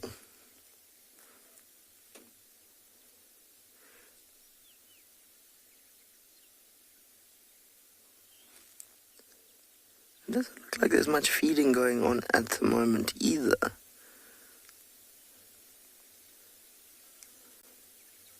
think this is one of those situations in nature where you land up with more questions than you have answers for. So Dina, they are capable of catching birds both in the air and on the ground, but more often than not, you're going to find they are taking them on the wing. So they might come in at speed from behind a bush or something towards a waterhole. As that flock takes off, they are going to try and catch one. But obviously, that's not going to always be the case. There might be times where they're catching them just as they take off and kind of bouncing them into the ground a little bit. You're going to have a lot of momentum behind them when they're diving.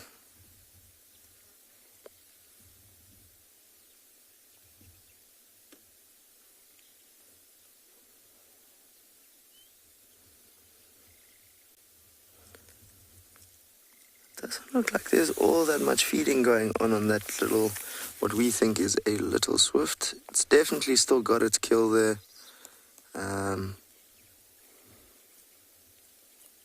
But certainly no feeding going on.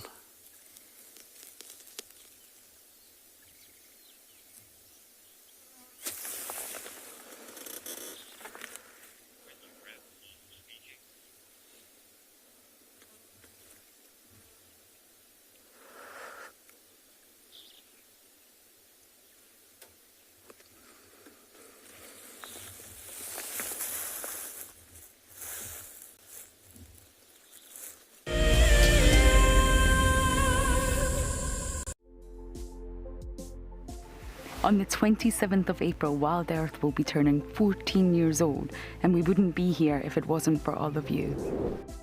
And to celebrate, we will be finishing the beautiful book that we started last year that looks at the history so far. But we do need you to be part of it. Please submit your most memorable sighting, or what WildEarth means to you, or even just your name and a comment to be included inside the book.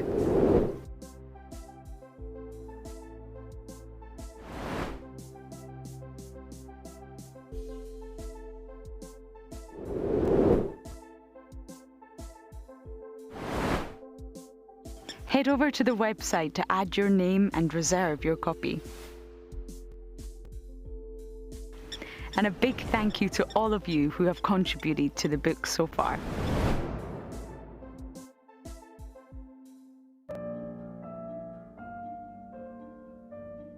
With a slew of potential dangers lurking, it's essential to be aware of your surroundings whilst walking in the wilderness.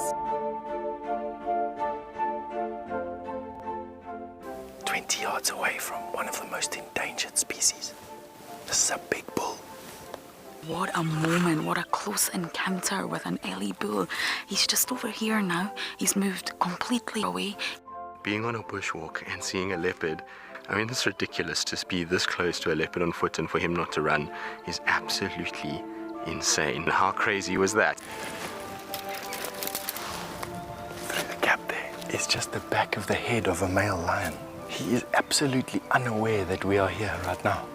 I tell you, seeing lions on foot, it definitely brings out the caveman in you, this little scared human being. My name is Ross, and I'm a field guide at andBeyond Phinda Private Game Reserve. I love getting questions from guests on WildEarth because I love sharing and learning information about nature with new people, and it also makes me feel like you're all joining me in real life. If you want to ask a question on WildEarth, then you need to register on our website. Once registered, go to our live safari page and submit your question below our live feed.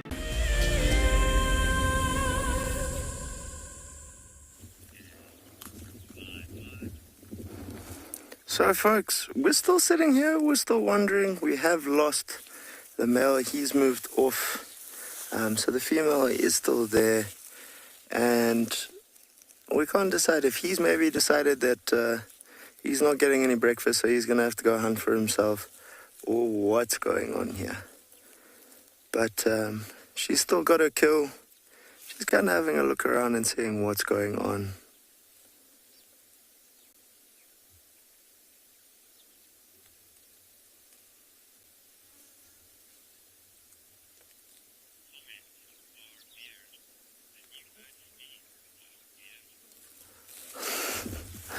Oh, Beard, I'm glad we could show you a new bird species. It's always exciting when you can add a new one to the list.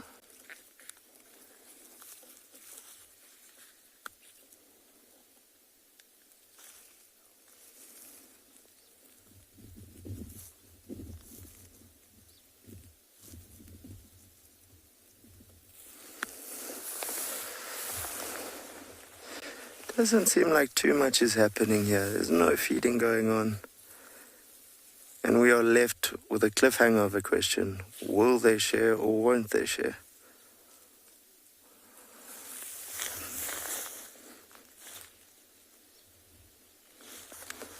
Yeah, this is one of those moments in nature where you just don't have the answer. So I think the name I heard was Tyler. Just want to make certain that BK is confirming for me. So Tyler, yes, they are native to Tswalu. They are a resident species here.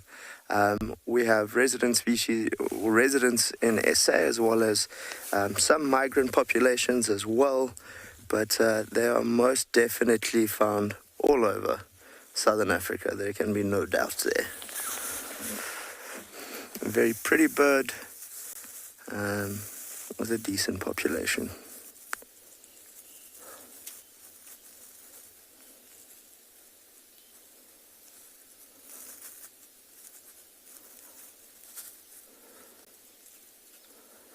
Definitely think we've been left with the cliffhanger question here. Because now I'm sitting wondering, like, one individual's left and the other one's left, and now what? So, I think, folks, we're just not going to get an answer here. So we're going to move on. We're going to send you back to Mike, who's decided instead of being a guide, he's going to be a water digger. Enjoy.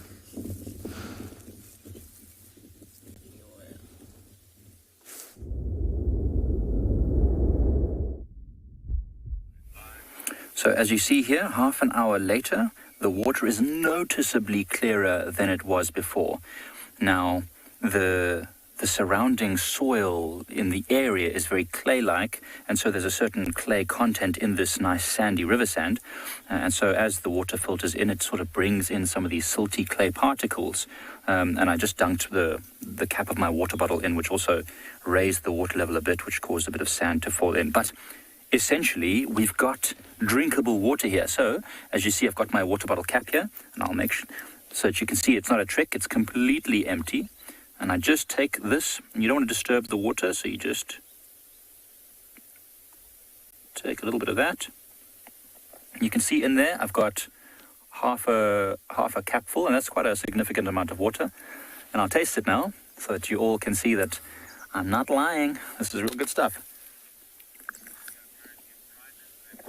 Oh, that is actually so good. So our water in the camp is borehole water that we get from our eco-training camp. And it tastes exactly the same as this. It's got a little bit of an earthy taste, a little bit metallic from the iron in the soil in the surrounding area, but that is a great way to quench the thirst on a nice hot day. And you could make this so much better. You could pack rocks along the edge of this hole to stop the sand from filling in. What you would normally do is make this a lot wider than it is now, so it gathers more and more and more water. And the longer you leave it, the more this sediment will settle at the bottom, because every time I empty it out, it draws more water in, which then brings in a certain amount of the clay content. But every time I let it settle for half an hour, it gets almost crystal clear. So that is a spectacular way to get water in the bush. That is actually delicious. Have you ever drunk water just straight from the ground? It's so cool. I get excited every time I do this, because it just makes me think, this is ancestors. This is the ancestors. This is what human beings were doing before you had access to, clean water from, purification plants and all sorts of stuff. You literally just collected water straight from the ground like this. There's wonderful stories of survival, and this is what we're doing right now. I've just shown you how easy it is to extract water. Just find any drainage line, find a bit of a pond of water.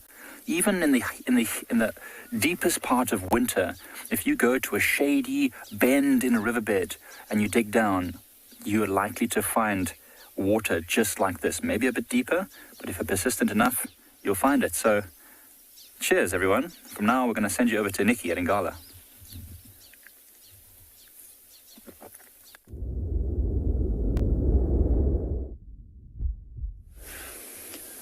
Have a look at this beautiful scene at this nice open area. So there's quite a few animals here. There's Impala, the wildebeest, the zebra we can see. And look here in the back. There's actually a very special bird that's moving behind or between where the zebras are now and the wildebeest in the back. So I'd like to know from our viewers if they know what bird this is. So I think, Paul, from where you are now, slightly right, and then there in the back. You might see the head popping out amongst just behind the tree there. So I would love to know from our viewers, once you can see a bit more features if we spend some time there, what bird this is a bit of a quiz. There it goes.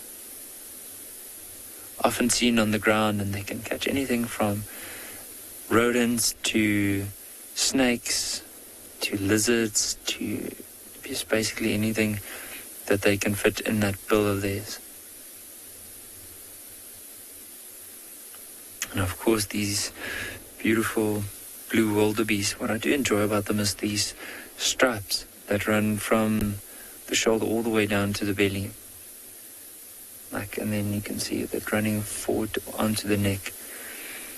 And look at this one just rubbing its head against this one's back side. Probably a little itch around the face.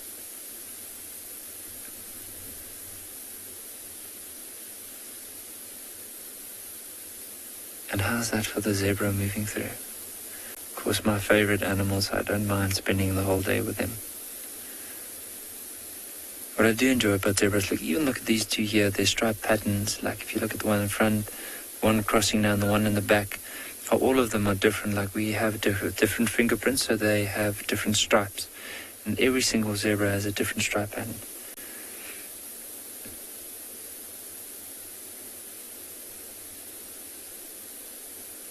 Have you noticed when they're feeding like this, it looks like their skin is twitching.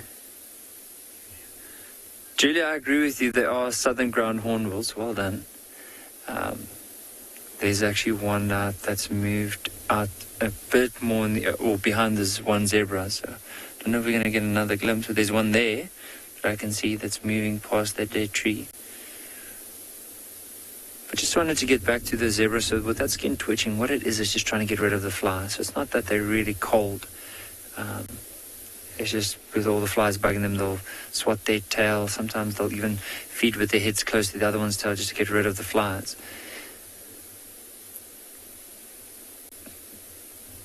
And just behind those zebras now, you might see the southern ground hornbill moving.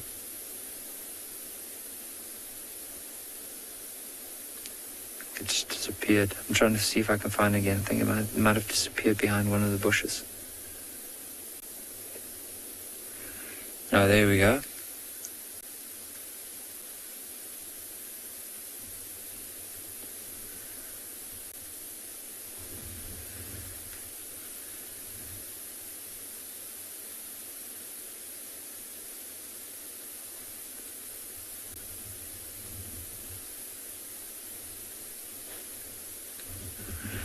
Apparently, there's an ostrich, I think, somewhere in this area as well,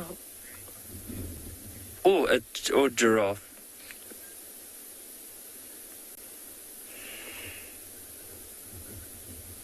Jerome, if you mind saying that question again, or just wanted to hear it again. So I was so distracted. There's actually a giraffe. I thought it was. I was looking at Dyke earlier on, and he pointed out in the distance, and I thought, ostrich. Meantime, it was a giraffe.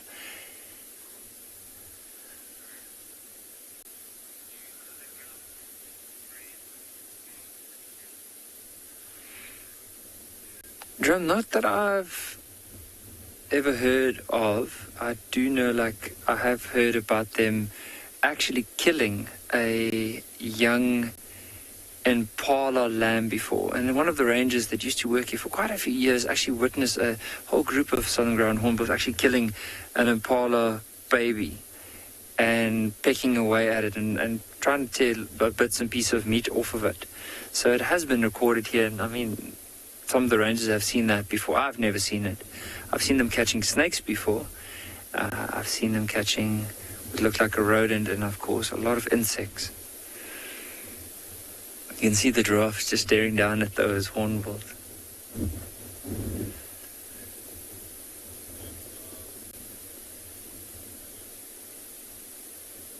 You can just see that bush in front there. The wind's blowing quite strong, and sometimes when that happens, you find more of the plains game will tend to gather in these open areas, because the lions will use it to their advantage. As soon as they hunt and the wind is strong enough, it does affect the hearing of the animals as well, of course, as it gives them cover to move without making too much noise, or the noise being dampened by the movement of the trees and the grass.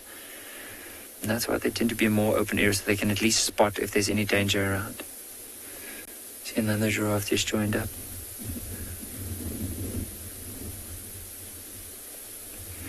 While we were on the quizzes, can any one of our guests or viewers tell us, see, the ground hornbill is also going to make its way into the picture, what a group of giraffes would be called when they're standing still and not moving? So when they're moving, the hint is it's called a journey, but what happens if they stand still?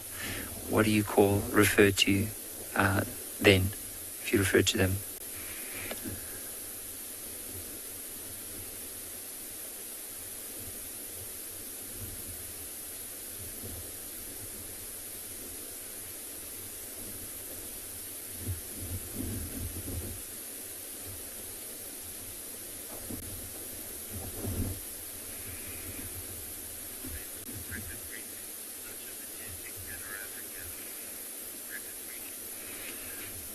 Freak, it is such a beautiful panorama scene, and we have actually the Drakensberg Mountains. I'm going to ask Paul just to zoom out a bit, just to show you the very far background. I don't know if you'll be able to see it, but you can see there's a bit of mist, but that's the Drakensberg Mountains in the back there. And on a clear day, you can actually see the mountains, and it's so beautiful being up in an area like this and watching the sunset over those mountains, and having the herds of animals like the zebra and the wildebeest and impala. Sometimes even a herd of elephants or giraffes coming through.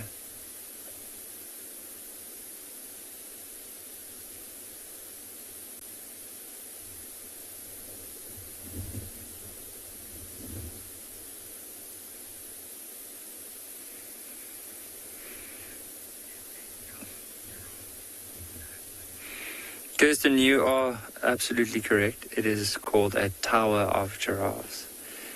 And it's very interesting because you'll see these two that we're looking at right now, how they're staring in our direction. There was some movement behind us from Impala. Could have been at that, could be at us, just having a look, very curious to see what's on this side, because we're quite far away from them. They're probably well over 100 meters away from us. You'll see the one, and they do look like quite young giraffe. I mean, if you look at them, they are like, in comparison to the southern ground hornbill, they're not really that tall. I don't know if they might be males or females. Sometimes the young males also have tufts of hair on top of their heads until they get to a certain age where they start necking each other, and that's when they start losing that hair on top of their head. But it's hard to see from this distance. Might even be two females.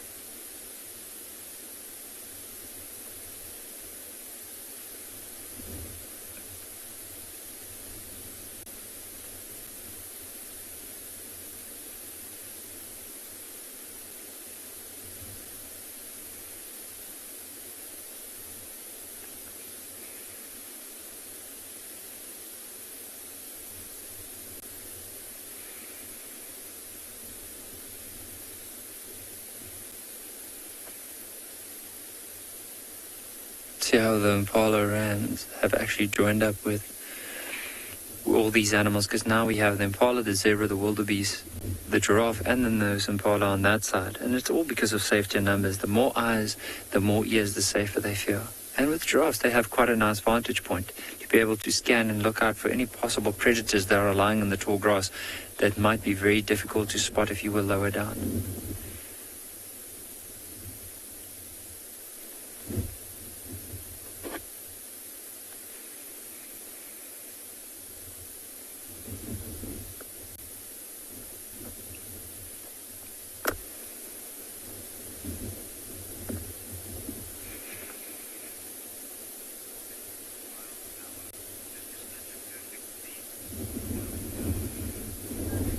Wildflower, it is absolutely such a beautiful scene. It's very picturesque. I also think this time of the year is so nice because you have this lush green grass in some sections where the tips of the grass start to turn this whitish, yellowish color, and then you have the contrast with the green guarri trees, and in the distance some of the trees that are actually slowly starting to fade. And quite beautiful. And then, of course, you can see there's a stump in the picture as well, so quite a few dead trees in the area. It just adds to the scene. Some of the wildebeest, just right of where these giraffes are, have actually went and lied down in the grass. And all you can see is basically the top of the heads and the horns sticking out of the grass. You'll see from where this giraffe is. Oh, there's two southern ground hornbills that are walking past it right now. But more right of it, around a little bit more right than that, you'll start seeing the wildebeest here in the tall grass.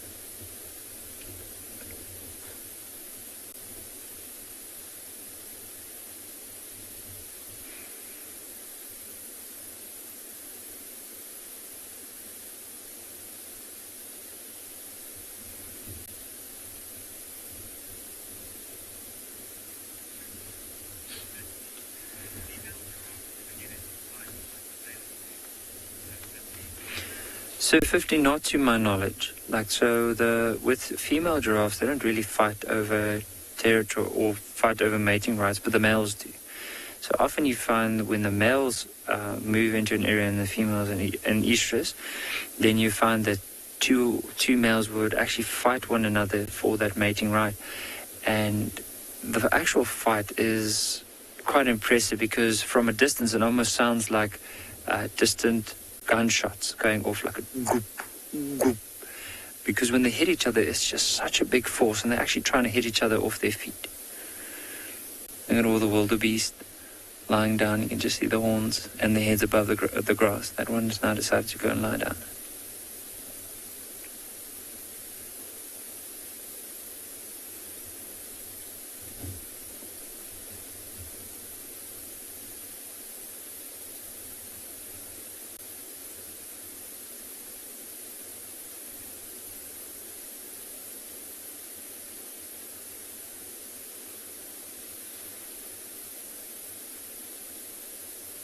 That was absolutely incredible. For now, what I think we'll do is let's carry on with our drive and see what other animals we can find up ahead.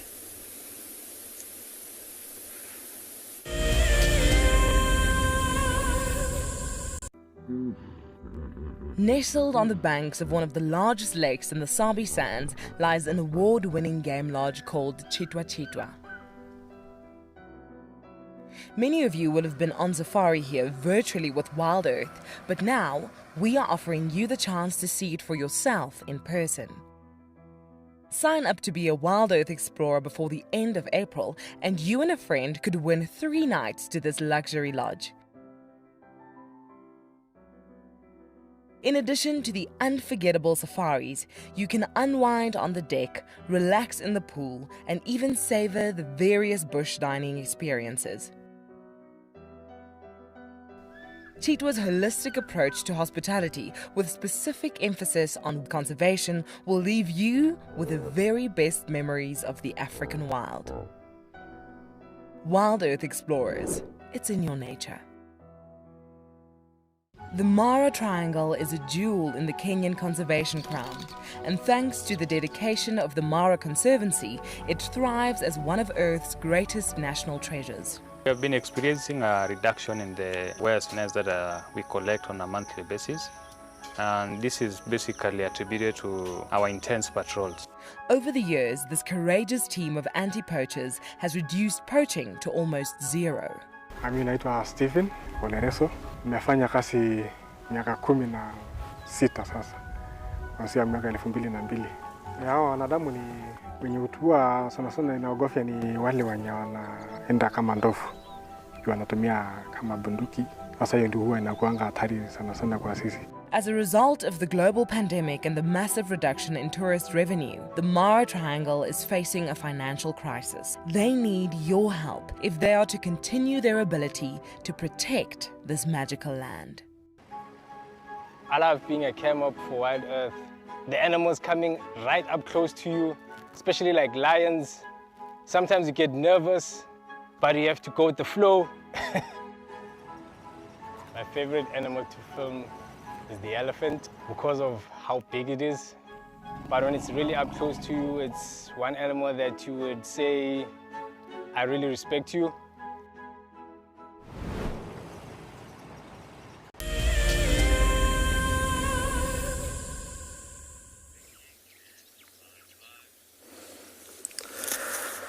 So, folks, we have not been able to answer our question. We've sat here, and the male has not come back. The female hasn't continued feeding. We're wondering maybe if she's irritated by us, but I think she would have flown away if she had. And not a lot has changed. We've got a nice long-distance visual of some Gemsbok, but apart from that, this Lanner is not interested in us. So we did wonder maybe if the male came back, if something would change. We gave it a few minutes. But I think we are left with this question.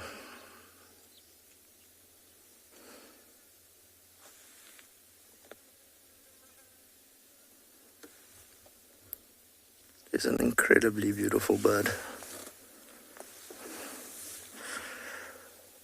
But I do think we're going to leave this bird in peace, and we are going to see if we can't get a look at those Gemsbok before we bumble on and see what else we can find this morning. So, if we go through that gap there, BK, get a bit of a long distance visual for one of our favorite specialists. They're quite a shy antelope here on Tswalu, actually. We have a very healthy population, but they are not so fond of the vehicles, and we seldom get close to them. So we're about 100, 150 meters away from this small herd. And at this distance, they're comfortable in just carrying on with their natural behavior. It's a very beautiful antelope. It's a very striking antelope.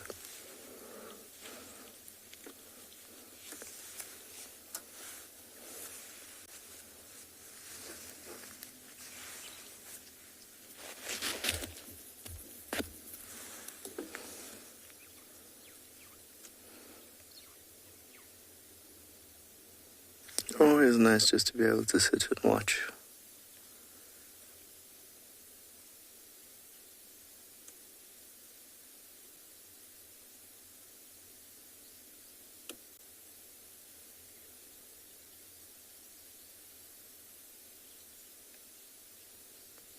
Very peaceful at the moment. It's warming up quite nicely.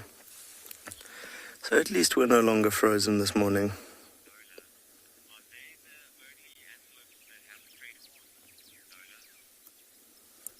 So Nola has asked, are they the only antelope that has straight horns?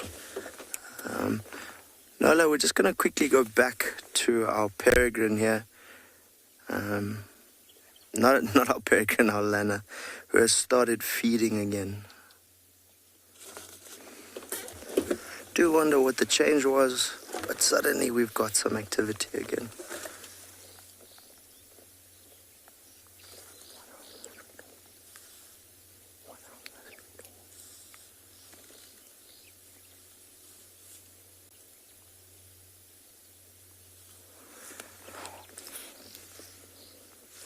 Just trying to think now, Nola, what else has straight horns? So those horns, your oryx's horns, are always sort of referred to as the scimitar kind of shape. Just running through all the antelope species in my mind, thinking, who else has straight horns? But I do think it is only the oryx that has that particular horn type that is so straight.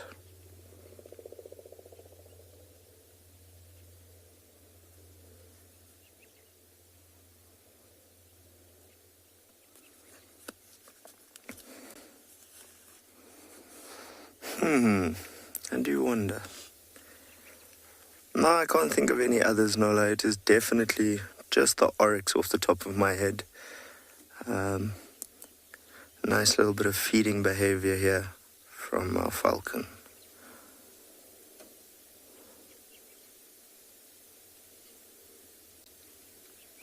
Can only hypothesize, but do you think we agree the male has gone hunting again? So Marcus has asked, what is my favorite bird of prey? I have to say it would have to be our fish eagle. There's something about its haunting cry, that melody, that has always excited me and made me happy. And there's such a beautiful bird. Without a doubt, for me, it would be your fish eagle.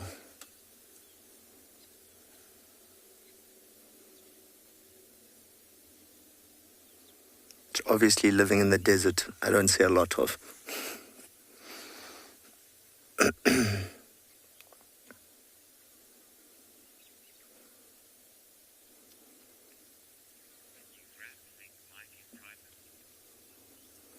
So folks, I think we've answered some of our questions here, but not all. And that's just how nature goes sometimes. So we're going to start up and roll out. We're going to send you across to Mike at Pridelands. Enjoy.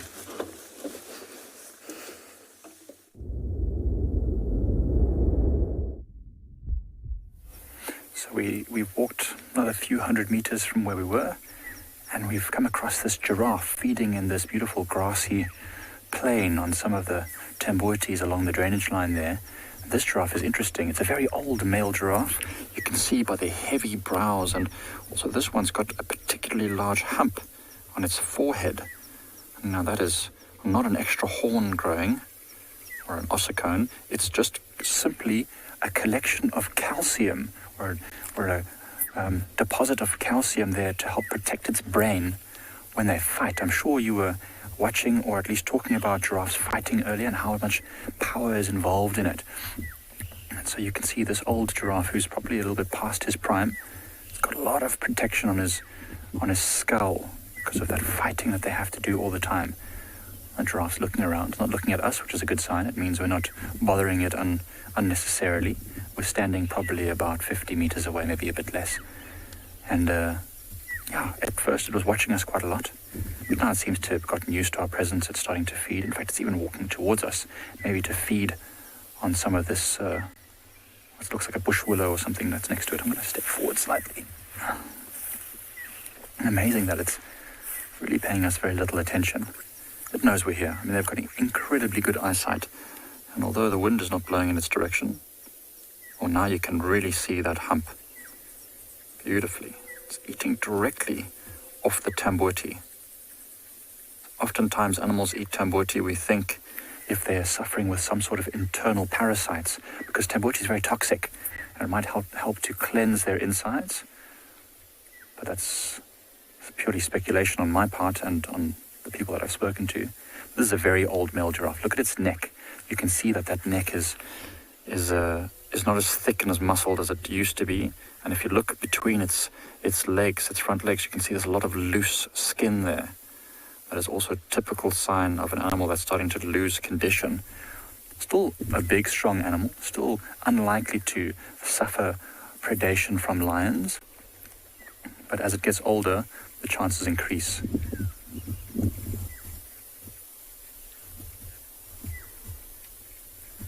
Oh, Travis, that is a question I've never had before. Can giraffes balance without their tails? I think they probably can. In fact, I definitely know they can. I've seen giraffes without tails before, or at least with very little of their tail left. It probably doesn't feel super great, but I mean, most of a giraffe's weight is on its front legs, its neck, a little bit on the hind legs, but not too much. And the tail is actually almost vestigial. It just uses it to chase away flies. It doesn't really use it for helping balance at all. They generally don't climb trees, although now that I've said that, we're probably going to watch this giraffe clambering up some sort of a small marula nearby. But no, I don't think they have any problems balancing without a tail. Not like monkeys or baboons or animals that climb up in trees, or even lions, leopards and cheetahs who use their tails as a rudder. When they're running and changing direction, they throw their tails left and right to balance themselves so that they don't topple over and slip when they're chasing animals at high speed. I kind of want to just walk up to this giraffe and see how it reacts, because it's paying us no attention right now. So if it's an old giraffe, like I've said it is, it's probably seen lots of human beings before. I mean, you can see that I'm standing here. There's a bit of a sickle bush just behind me, between me and that giraffe, but it's really paying us no attention at all. Even if I moved over this side here, so now I'm out in the open, it still does nothing. It's amazing, actually, to be honest. So now it watches. You see, as Johan was moving forward, it's sticking its tongue out. Still looking over our shoulder. I wonder if there's not something else in the area. But anyway, while we see how close we can... Well, actually, we're not going to go any closer, to be honest. We'll leave this giraffe alone. But in the meantime, we'll send you over to Steve, who's at a waterhole.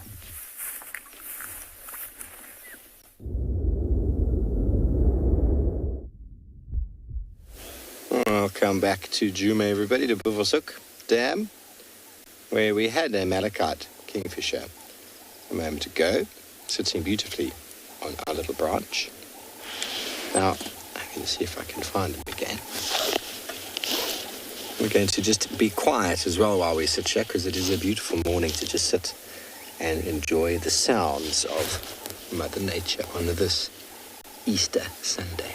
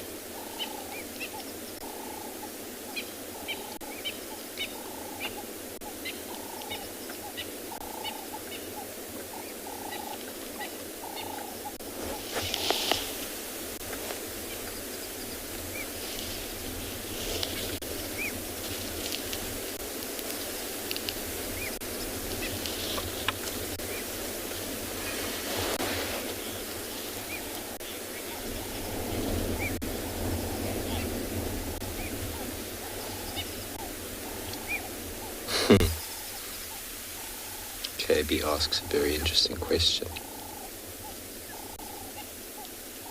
KB wants to know, and I wonder how many of the audience probably know the answer to this, how often do I bring coffee on my morning drives? I think it's the other way around. How many times I do morning drives with my coffee? Because coffee is definitely necessary, KB. And there's nothing nicer than sitting in a watering hole in the African wilderness with a warm beverage. I prefer coffee. I don't dislike tea, but there's something very nice about coffee here in the morning.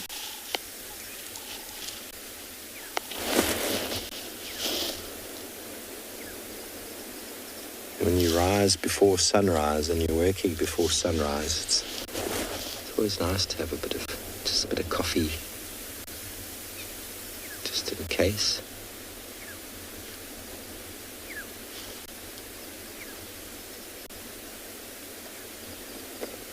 It's one of those moments on Game Drive that guests get quite excited about. It's an opportunity to stretch one's legs,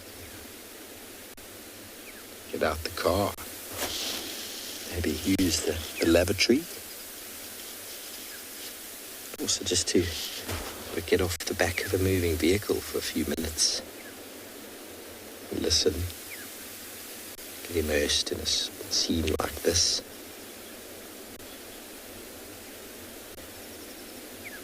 So to answer your question, KB, I haven't missed a morning with coffee.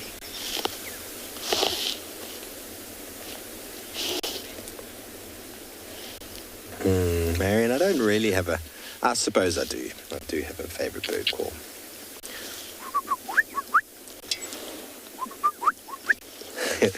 I don't know if I'm doing it very well, but maybe. Let's see if anybody can tell what bird I'm doing.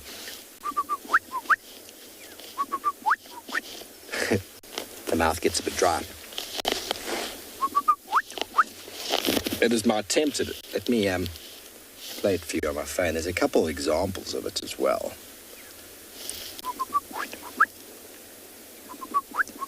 We don't get that bird in this area.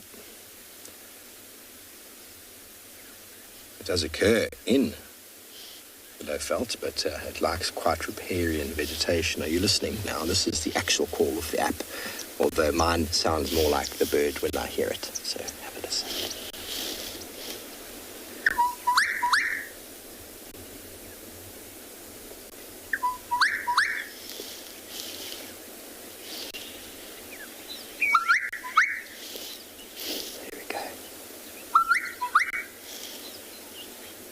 Okay, send through your answers. Anybody knows what bird call that is? It's probably my second favorite bird to find. When I hear the bird call, I get very excited. My ex-girlfriend used to stay at Botanical, which is just outside Woodspruit, and there were some of them in the drainage line that I'd hear every now and again. I used to get very excited about that. But the most part where I've seen them is in KZN, KwaZulu-Natal and St. Lucia. Had my best sightings of them there, but then also up in Pafuri, Northern Kruger. They are a very, very special bird up there. I remember once being on a trail with a group of people for 4 days, and they were on... We had 278 birds for that trail, which is incredible. That's a lot of birds. And so they deserved to see the bird that you're all trying to guess at right now. They deserved to see it. And as we were leaving camp, as we were pulling out of our trails camp on the Luvuva River, this bird came and landed right on the branch next to us. Right next to us in the open. Wild Woman says a bush shrike. Well, it is indeed a bush shrike, Wild Woman, but we're missing a word. We're missing a word. It is indeed one of the bush shrikes. So it came and landed on the bush next to us. And now I've never seen it do that before. So it came and basically honored these people and honored them and said, here we go. Add me to your list. Add me to your list. You've done so well with the birding, and we couldn't find that one for them. We could hear it. They came and sat right out in the open there. As with all bush shrikes, they're normally quite skulky. They're hidden in the thickets. You hear them more than you see them.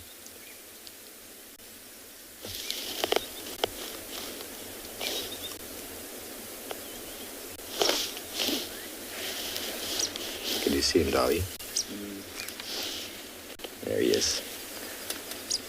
You can hear him. This is the pied kingfisher.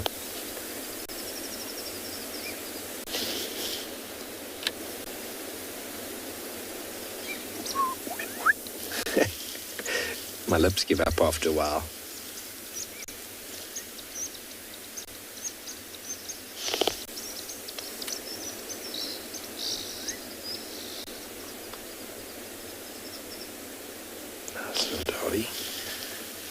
Where's my Meerkat? Does he come back out again? He disappeared. I think he's breeding in the bank here. But he's decided to disappear on us this morning. Greg, it is indeed a gorgeous bush shrike, my second favourite bird. And the bird call, my favourite call. Darby, do you like it? Love it. Love it. Have you seen one? Don't think so. I don't think so. You would know.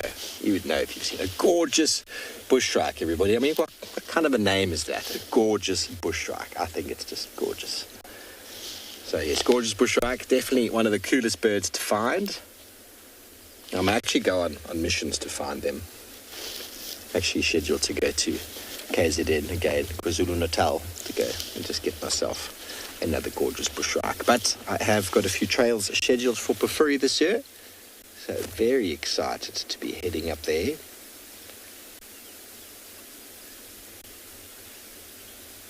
Heading up there. Still lots of opportunities up in the northern Kruger. Okay, well, while we enjoy another quiet moment here at this watering hole, let's send you over to Lauren.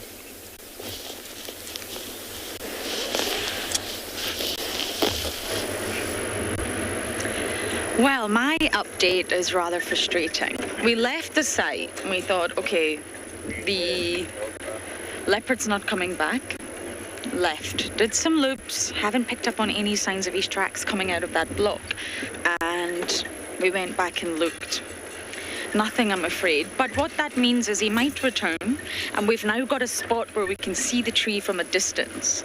We've picked a spot so we can just have a look, and we're going to be able to see if there's a leopard on it or not, instead of bashing through and potentially scaring him. And secondly, it could mean another leopard could be on it this afternoon, so it's rather frustrating seeing the kill and, well, no culprit, but there you have it. And talking of the gorgeous bush shrike that's on my list, I am desperate to see that bird. It's on my wish list. But the orange-breasted bush shrike, I think that always wins at my favourite bird call. Just love it. I also love the chin spot batis. It's so simple. It's one of the simplest, most beautiful bird calls. I thoroughly enjoy the Diderik's cuckoo as well. You know, there's so many bird calls, it's actually hard to choose one that you love the most. Henry? App on my phone called the Roberts app, and you can actually save every single bird that you see. So I don't know if it's 100% up to date, but I do try to keep it up to date. 205 species. I think that's quite impressive. 205, there you have it. And I added to my bird list in Namibia. We saw so many wonderful, wonderful species there as well. It's actually nice being in a different environment and looking at different birds. Because you think, oh, I don't know this bird. I'm so used to being in Djuma and recognizing them all. It's really hard, and it's hard to pick a favorite call. I'm really not good at picking favorites of anything. Now, we have reached Treehouse Dam because I'm on my way to check the hyenas once again. Just in case, you never know. Nothing much is happening, but we will give you a view of this gorgeous dam. There you go, Morgan. So it leaves a lot of potential for this afternoon. I will check back on that kill. Poor warthog, and hopefully the hyena dens will be active at some point. But of course the cubs are getting older now. There's such a large gap between the ages of the cubs, and some are starting to get really mobile and follow the adults, some are not. So things are changing with the Djuma clan. But as I bumble towards the den, we're going to send you down to Josh in Tswalu.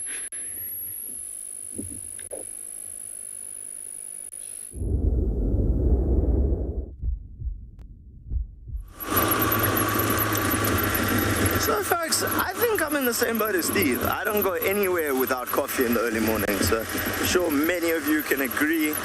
Just that strong cuppa in the morning makes all the difference on how the day starts. And we're obviously all hoping that Lauren can find that leopard.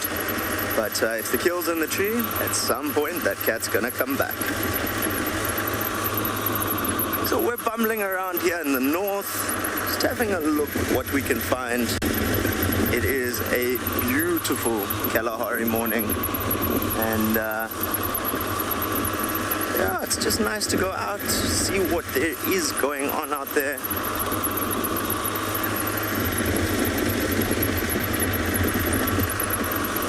You just never know.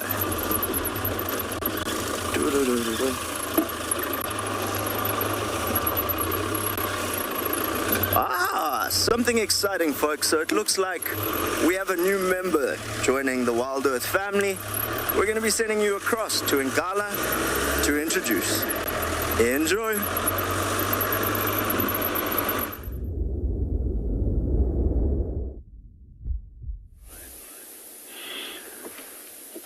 Right, we just found some elephants here on the southern part of the reserve. Hello everyone, or our viewers at home. My name is Taikoza. As you saw earlier, it was Nikki taking you through this morning live, and then I'll be taking over from Nikki with Mpo behind me on the camera.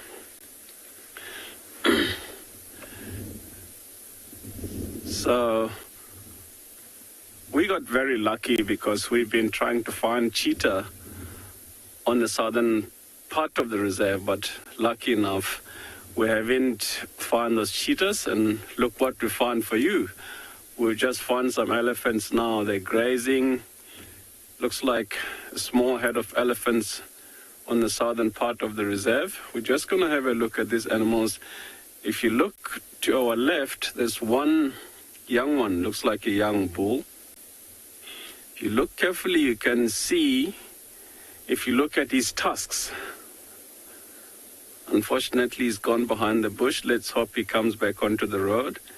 Otherwise I was going to talk about his tusks. But you see, if you look at the one in front of us, that's the female, just grazing the grass there. The direction where they're heading, they're going slightly southeast. There is a water hole there. They might be going down to look for water as the sun is going up, and then that's what they'll do. Early morning they'll start grazing in the direction of water. But unfortunately, this Kruger Park Road south of us, there's other vehicles traveling past there. They may be hearing that noise, so that might make them change their direction. As you can see, the one that's coming back from the right, she was leading the way, and she sort of like turned because she had other vehicles traveling down that road. So let's see where they go for now. They might change direction. I was hoping that they get down to the water, so we were going to view them nicely and watch them drinking this morning. What I was going to talk about,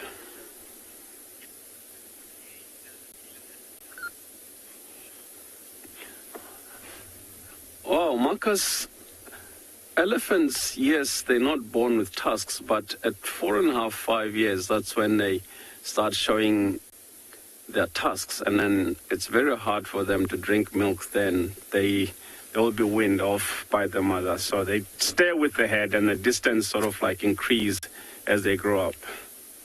I'm just gonna reverse a bit, and looks like these animals are coming towards us.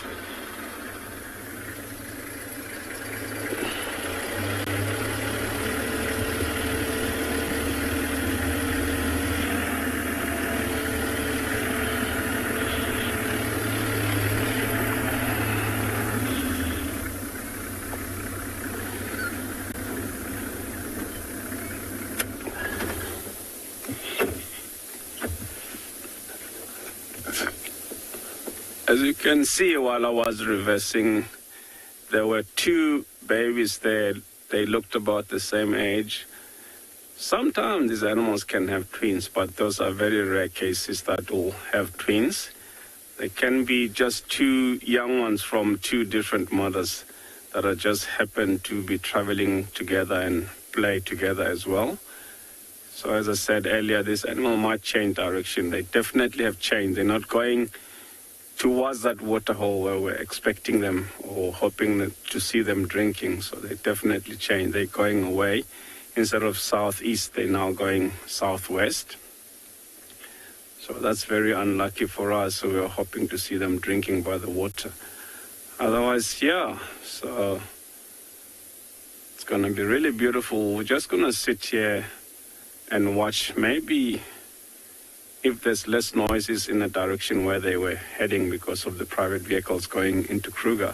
As you know, or if you didn't know, that Ngala is a private reserve that's on the western boundary of Kruger Park. So there'll be vehicles traveling past here, but on the boundary, not inside the reserve.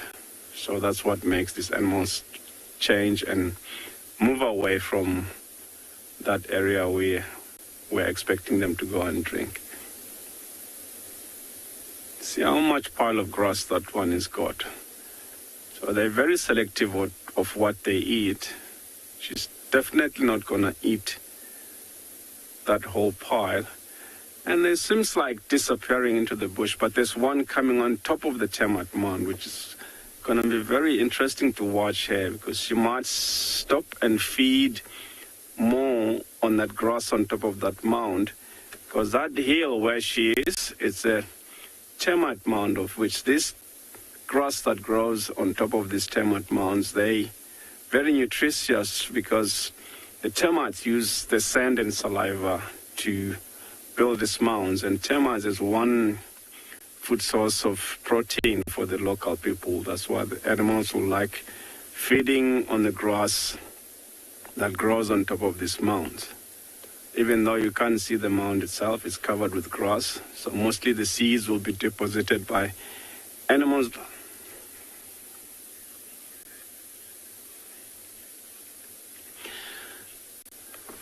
Wow, Lucy, this is a good question.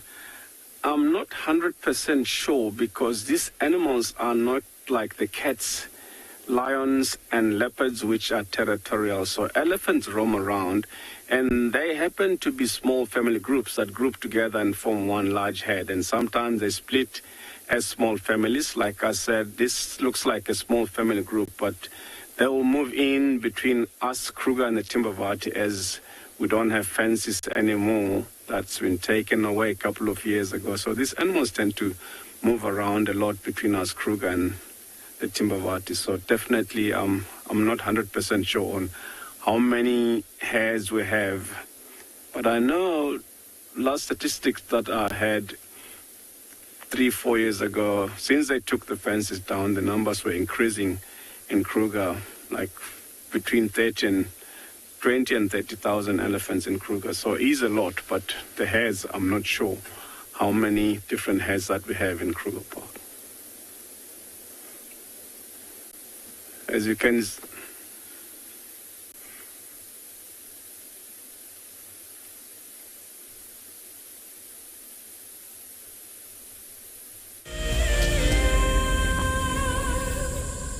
Graham, I'm just going to see, there's a very good place that I want to see if we can get good signal from there. That's where I'd like to go. Welcome to dawn in the African bush. How cool is this? Can you believe it?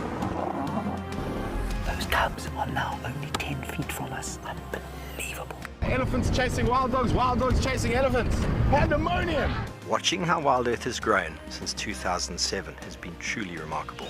On the 27th of April this year, WildEarth will be turning 14, and we would love to hear from you. Please send us your own special birthday message, which we can share with the rest of the WildEarth family. Maybe you can tell us why you started watching WildEarth, what WildEarth means to you, or you could just send us a very happy birthday. Don't forget, when you want to film yourself, to hold your phone sideways to get the best angle. When you are ready, you can email your videos through to birthday@wildearth.tv. So in 1998, we had this idea to go and put a live web camera on a waterhole somewhere in the Sabi sands next to the Kruger National Park. And I approached just about every single landowner, and everybody thought I was completely crazy until I met Yuri and Pippa Moorman. We thought it was definitely a fun idea and a worthwhile thing to experiment. And it immediately became a runaway success. And it gave people all around the world the opportunity to watch a little piece of Africa day and night. Back in 1998, it was the very early stages of the internet. And all we were able to do was to get a 30-second refreshing JPEG out of that camera. But over time, what we began to do is focus more and more on trying to develop this concept of giving people the opportunity to go on safari. Even though we live just 500 meters up this hill, we still put the camera on to see what's happening. Absolutely, we watch it ourselves. My name is Taylor McCurdy and I work for Eco Training. I love hearing from all of the viewers. However, I particularly enjoy those of you who have been watching for a few years. Your questions are just so advanced and they really get me thinking. If you'd like to ask a question on WildEarth, you need to register on our website. Once you've done that, head to the live safari page and submit your questions below the...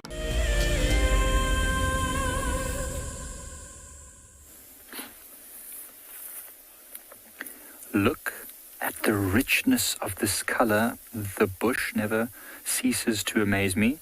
We were coming to the end of our sort of walk. We wanted to start turning back and heading back towards the vehicle, and this bright red flower caught my eye, and I had to come and look at it.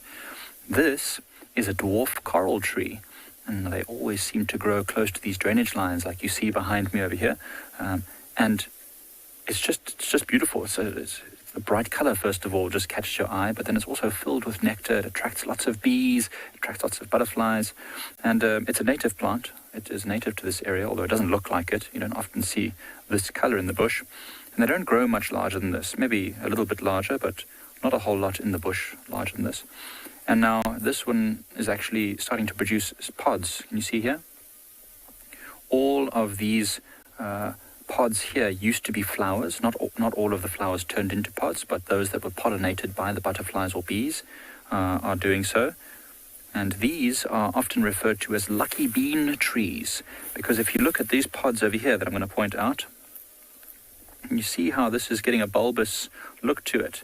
Now, each of these pods will have 2 or 3 seeds inside, sometimes more, and when they're ripe, they are this beautiful red and black color, as red as the flowers, with a rich blackness on them as well, often used for beads and ornamentation, and it's considered quite lucky in some cultures. Very toxic, though. Often children are enticed by the color to put them in their mouths, and that's dangerous, because if you chew this seed, it's very toxic inside, and so it can cause you real concern. Luckily, the outside of the seed is very, very resistant to damage, and it's not often that people get poisoned, but it can kill you. It's that toxic. Okay, now the name in the scientific name is Erythrina humana, and a humana is referring to, I wasn't sure about it before, I did a bit of research. A humana refers to a guy called Abraham Hume, who was very famous because he actually grew a lot of exotic plants in his gardens in the UK, in England, and so this plant was named after him because it's one of the plants that he brought back, or was brought to him, and he cultivated it. But now look how interesting this is. I'm going to just push this little bit of a buffalo grass out the way. Look at the underside of this leaf. Look how aggressively spiked that is.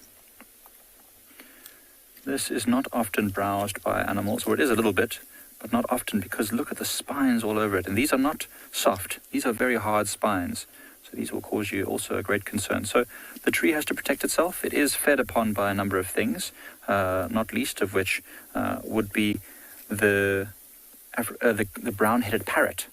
So these pods and the unripe seeds. Remember, when the seed is ripe, it's very toxic and it's got this hard resistant coating, but the unripe seeds are frequently consumed by brown-headed parrots, and that is really, really awesome.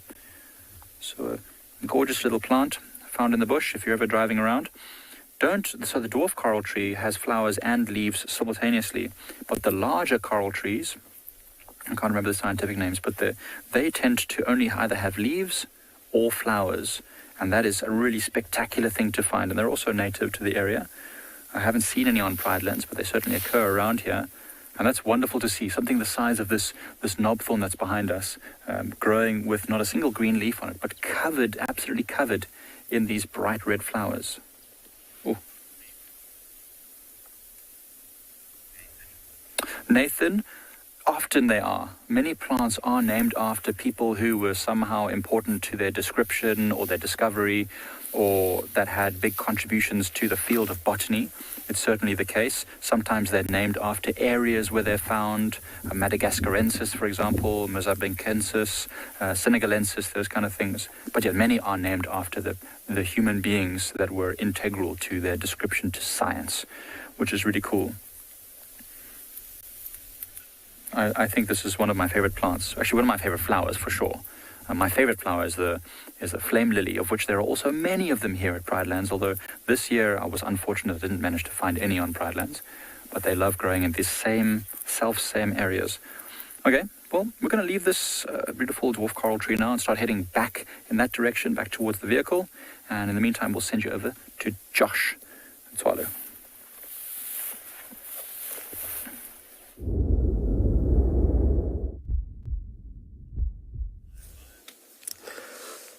So folks, it seems it's been a meerkat morning, and after our earlier conversation as to what is the largest family I've seen here on Tswalu, we seem to be finding more and more wild families. Now, whether or not that's just because we're noticing them more, or they're just closer to the road this morning, I'm not sure. But it is nice to be able to see so many. And obviously, at the moment, they are doing really well. There's a huge amount of food around, there's a huge amount of vegetation, so there's definitely no complaints on their side. I was just chatting to one of my colleagues and asked him what's the largest family he's seen. He reckons around 22. So they really do get quite large. This is a little bit of a more shy family than the one we were with earlier. But as you can see, also some young pups. So it's been a good breeding year for them, which is always good to hear.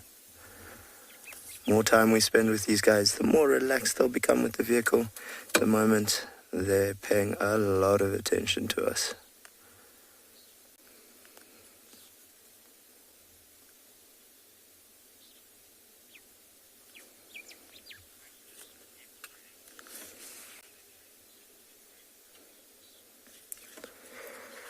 Some nice ground squirrels there joining the party. So there have definitely been cases where families do have wars. They have a argument of a territorial boundary. Obviously, if one's foraging grounds are becoming less and less productive, they'll start moving further and further afield to try and find more food. And when they do, it's quite a sight. They have this little war dance where they almost lock their legs and bounce with their tails up, and they look really angry. And occasionally it does lead into full-on conflict, which we've seen happen with our Xhosa family of our habituated meerkats, particularly where when I started here, they were a much larger family, and we think they got into a fight with a neighboring family and they were split up.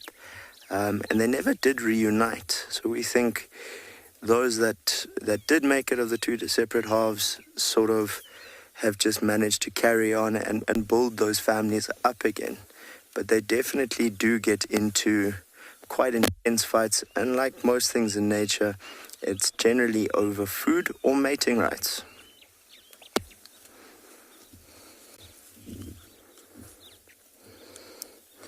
That head bobbing, just trying to see what are we up to.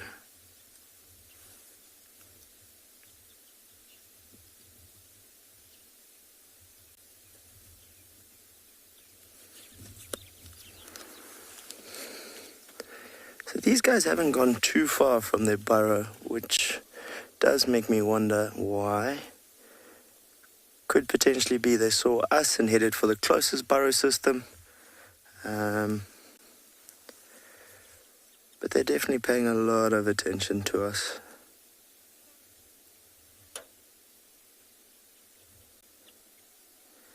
They really are very cute.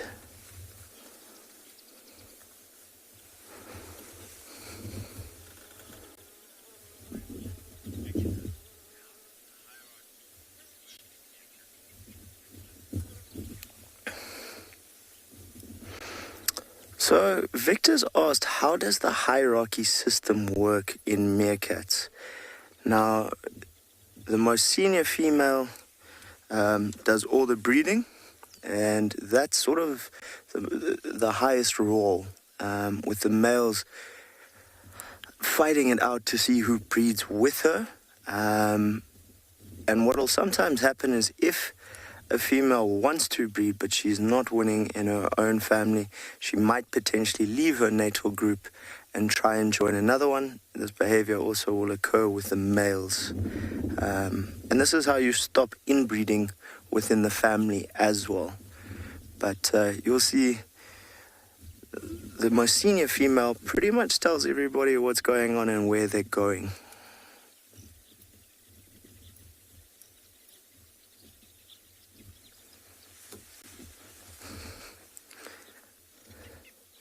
If we look at our Mukala family in particular, that senior female is very obvious. She's a lot bigger and very round. And once she starts foraging away from the burrow, or if she starts cleaning, you see the rest sort of join in.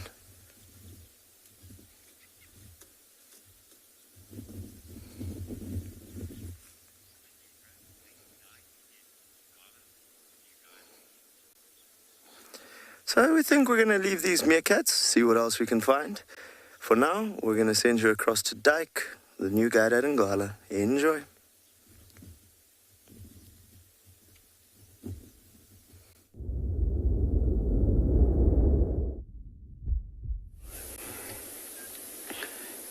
Yeah, as we said, we were going to try find the cheetahs on the south, but we haven't had any luck. But look what we found now. We were hoping to see those elephants we saw earlier drinking, but unfortunately we didn't. Lucky enough, we came around to the water hole that we were meant to go to, and then we've just found a young elephant bull, which is part of that herd. So he's possibly trailing the herd from behind. As he finished drinking here, I think he's going to go up the hill and walk around and catch up with the herd. But as you can see, he's not a fully grown elephant bull. He's one of those who have just reached maturity, and then they'll start becoming a problem and they get pushed out by the metroc, and then he'll follow the herd from a distance. But even if he's by himself like this, he knows where they are. Like at some stage, he's going to catch up with them, maybe leave again. And then when time comes, he might join up with other big elephant bulls and then start becoming small bachelor groups. Every now and then they'll join up with the herd and travel together. As you can see, when I said earlier, once he's done, then he'll go up the bank and move around. He'll go in a direction where we saw that herd, of which is south from here. So that looks like what he's going to do. And we're just going to wait and see which way he's going to go from here. But I definitely think he's going to go in the same direction where...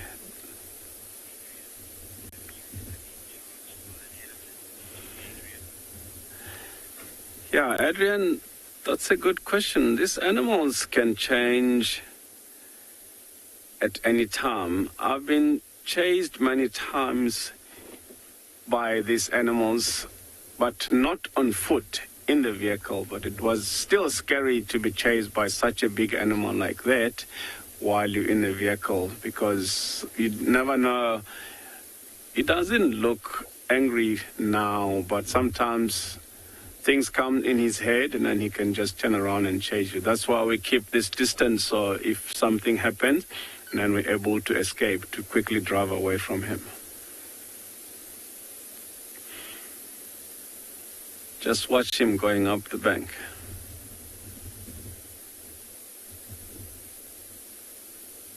You can see he's taking it slowly. There he goes.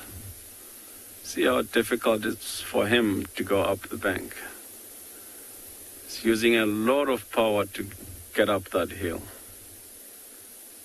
Stop and listen again. It's possibly to try pick up the scent or the sound from the rest of the herd, because these animals sometimes they can communicate by using the sound, which sounds like a stomach rumbling. Sometimes you're sitting and watching these elephants, you hear this, and then the others will answer him, and then he'll pick up the sound, because they can clearly pick up that sound like 4 kilometers away from each other. So he can easily go and find them.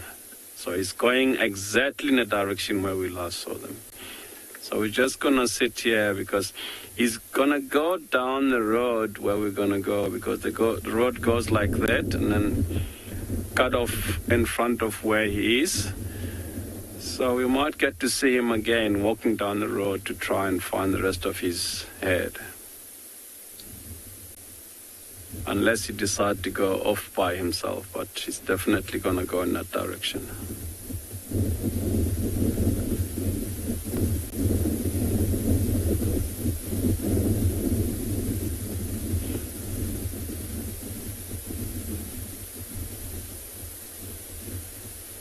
This is the sort of area where you'll find lots of them in December, January, because if you look on the horizon from his right, there's 2 big trees, and then all the way to the left, there's lots of big trees. Those are called the marula trees.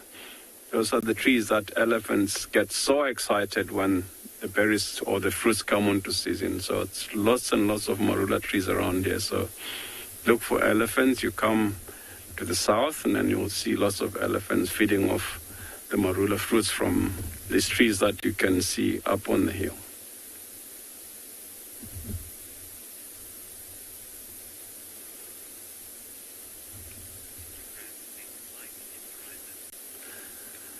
Yeah, we're gonna stick with this elephant and see where he goes, and then we're gonna go over to Mike and see what Mike has got for us. See you guys later.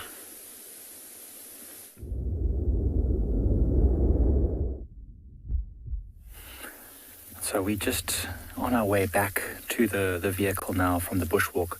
And you start to just get into the rhythm of the walk. You're looking around, but you've kind of sort of decided that you're heading back. And always something catches your eye. So just as we're walking, I just noticed these beautiful African wild violets, sometimes known as carpet flowers. So you can just see there just how bright and vivid these colors are. It's absolutely spectacular. Now, we often find these wild violets close to drainage lines, usually sandy, rocky areas. This one's actually growing on some clay soil, so it might be a slightly different species to the one that I'm normally seeing. But it's really, really beautiful. You can see those gorgeous violet colors. And this is a cool plant, particularly because it's often home to what's called crab spiders. I don't know if you've ever seen a crab spider before, but they can become many, many different colors, different species, different colors. And they're almost always associated with one flower or one plant at a time. And what they do is they actually live, or they don't live inside, but they'll spend most of their time just inside, if I could point, inside the middle of the flower in there. Now, I can't see one right now, but if you have to find a bunch of these, and usually where there's one, there's many more. There's actually a second one just over here. I don't know if you can see it from where you are, Johan. There's a second wild violet, or sometimes also called carpet flower, just over here. Now, I actually did see a spider on this one, but it was very tiny and it moved when I sort of tried to get closer. So I don't know where it is now, but I don't think it was a crab spider. It could have been, but I'm not sure. It was so quick.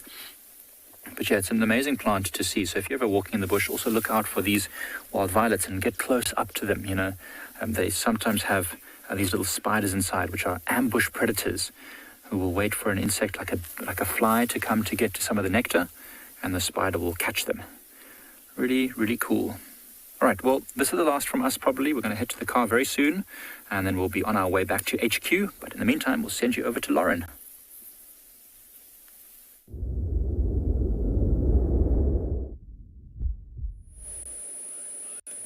Oh, crab spiders are just my favorite. Wonderful little critters. Now, I found the sleepiest animal in the bush this morning. The award goes to Mr. Monitor Lizard. Not Steve or I, because, well, as Steve mentioned earlier, we refuse to go on drive without coffee. I'm not sure it's actually physically possible for me to do a morning drive without coffee.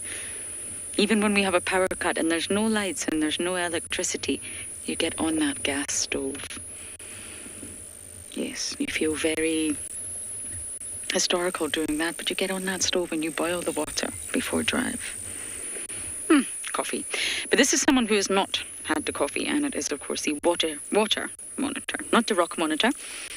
Also called the Nile monitor, and it's the largest of the two species, but it can be very confusing because the rock monitor is actually stockier, heavier build, larger snout, but not as long. So some people say the rock monitor is larger because it's more chunkier, but it's actually the Nile, the water monitor, that's the longest one. And it's actually speculated that monitor lizards in general sort of swam. They can all swim. All species of monitor lizards across the world can swim. And it's speculated that they swam and island-hopped from Asia and Australia over to Africa. And that's how we have the water monitor and the rock monitor. We're actually at Gowrie Dam, and the Impalas behind us are having an absolute party. It's confusing now that I think the rutting season is starting to really pick up and take full steam. And the males, of course, are causing chaos. Sounds like alarm calls. It stops you in your tracks. But then you realise, well, they're not alarmed at all. the male is just causing chaos. So we may turn around in just a moment and give you a view of all the drama of the impalas. But Gowrie Dam is still looking as full as ever. This tree that Morgan was just showing you where the water monitor is lying was completely exposed, was never touching the water like this, and now it's almost submerged. But you can see the water levels are dropping, marginally, but they are. There's parts of this tree that were definitely underwater a few weeks ago.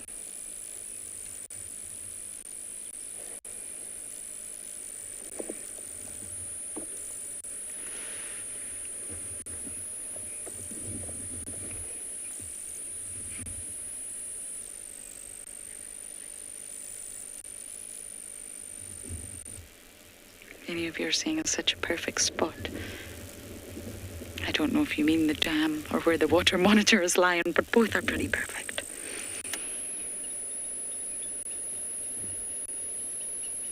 Sadly, the hyena dens were not active. And it's not for the lack of trying, I can assure you.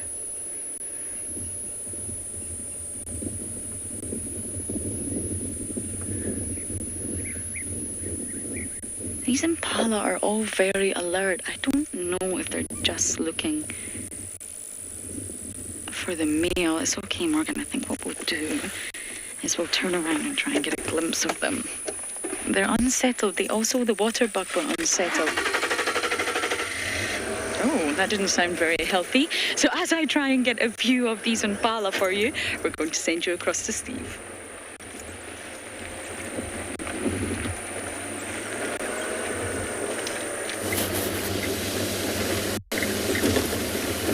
Welcome back, everybody. We're just bumbling through the middle of Djuma. We haven't had any luck with any further leopard tracks. It's all right. It's been a lovely, cool, fresh morning.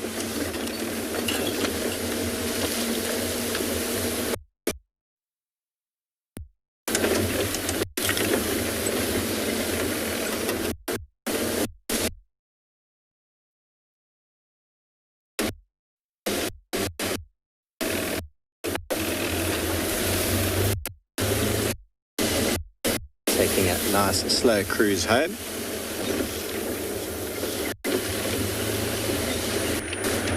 Steve, did you really have enough coffee this morning? What just happened? We've lost him. He's vanished. Don't worry, we'll inject him with coffee when he gets back. Sorry, I just want to check something. Morgan, is there anything on the road, or am I? There's nothing on the road. Seeing things. Okay, this is the impala I was talking about, or the herd of impala, should I say. They're right next to the dam cam, so if you are watching the dam cam, you'll be able to see them or hear them. But I think there's a male here who is just causing havoc. This lot seem particularly relaxed.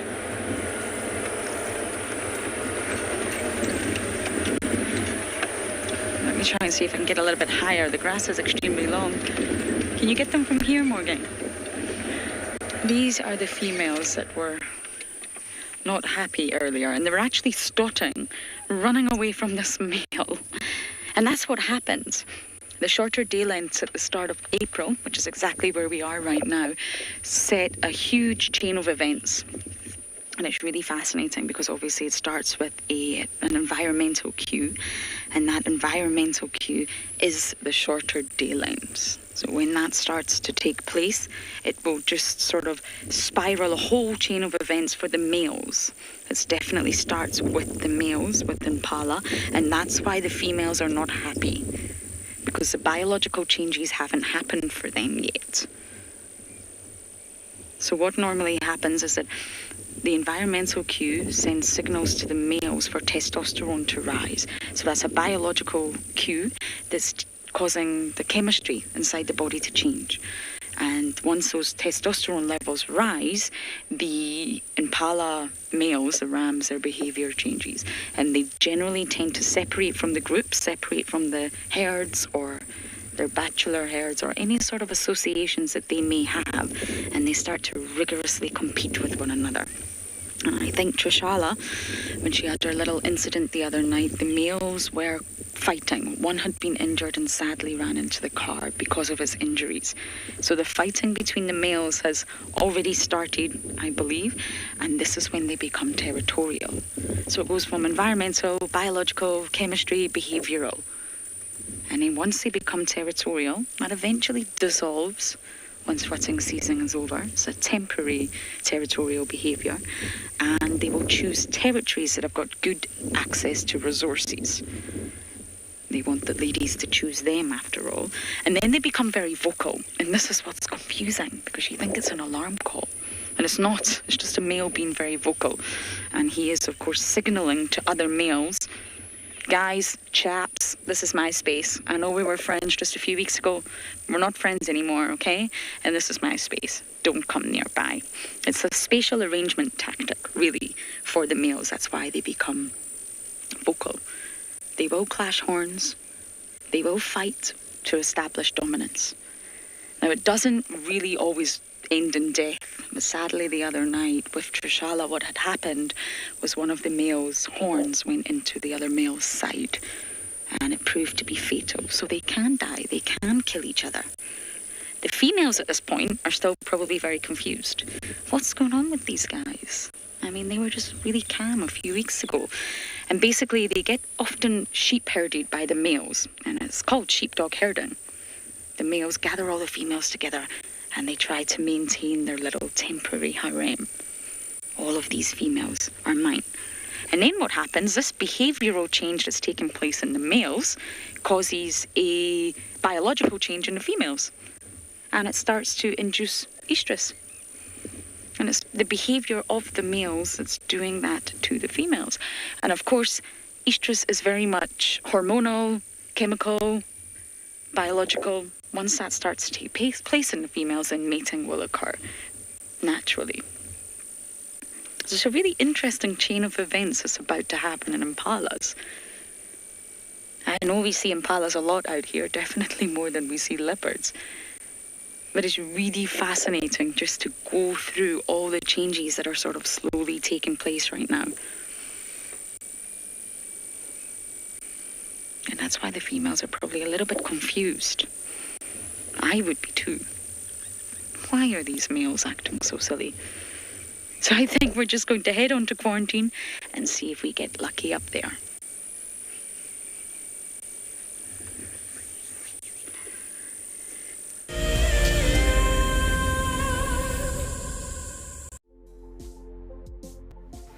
On the 27th of April, WildEarth will be turning 14 years old, and we wouldn't be here if it wasn't for all of you.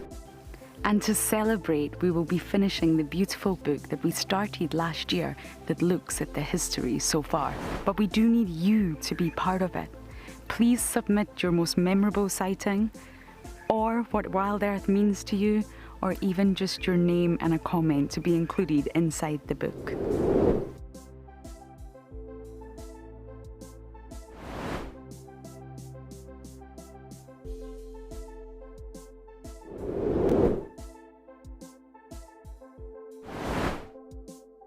Head over to the website to add your name and reserve your copy. And a big thank you to all of you who have contributed to the book so far. For all of you WildEarth explorers who bought plaques, today is the day that you will make your very first safari on our vehicle. Because we are quite remote here in the bush, they have taken some time to arrive, but I am happy to say they are here and they look great. Marcel has spent the day attaching them. Let's take a look. Before we mount these nameplates, we just give a light dusting of green paint. This is to better match them to the color of the vehicles and also to decrease the reflectivity of the metal and thereby staying sensitive towards the animals. Bumble crew. Hopefully, Dan Black, Liesel Apgar, and Alicia George. Well, it's time for me to get ready to take you all on a safari. Let's go.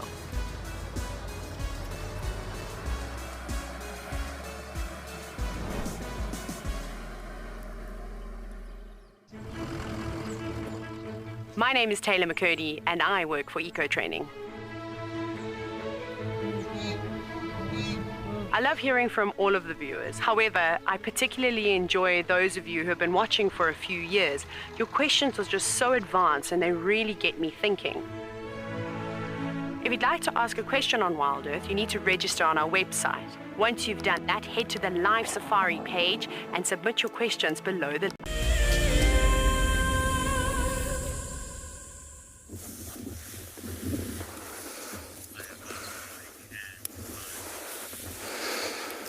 Well, folks, we're coming to that time of day where it's coming to the end, and I think we can safely say it's been quite an epic game drive on WildEarth TV across the different properties, from digging for water to feeding peregrine falcons to a new guide joining the family here at WildEarth.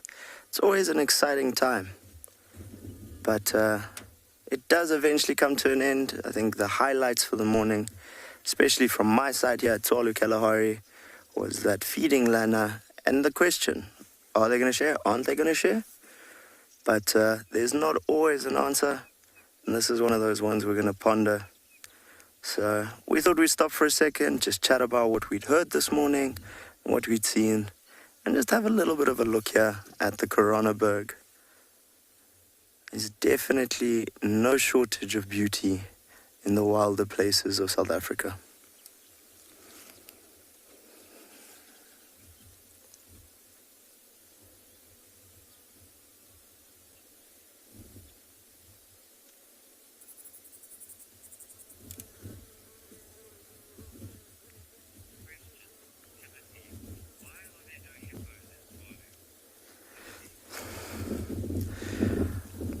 Always love the questions. So we've just had one from Timothy asking, why are there no hippos in Tswalu? So Timothy, we are a semi-arid reserve. We're in the Kalahari. We don't have enough or big enough permanent water sources for hippo. And come the winter months, definitely not enough food. Your hippo is a grazer, and the grass content here in the winter is very, very low and of minimal nutrition value. So with the amount a hippo needs to eat, it just would not survive here. As well as we have incredible temperature extremes. I personally have experienced minus 12 Celsius here, and temperatures of over 40 Celsius here. So it's a massive temperature range. So apart from just the water and the food issue, I don't know how a hippo would enjoy feeling like a popsicle at minus 10 during the night. There's more than once we've got into waterholes in the winter months, and there is a layer of ice across the top of them, almost a centimeter thick.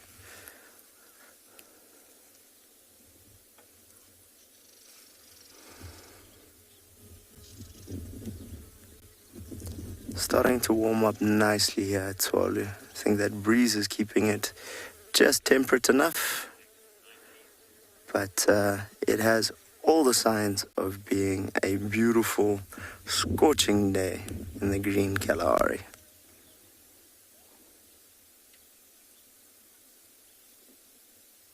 It's been a very interesting drive, from meerkats to chameleons that are able to see in spectrums we don't.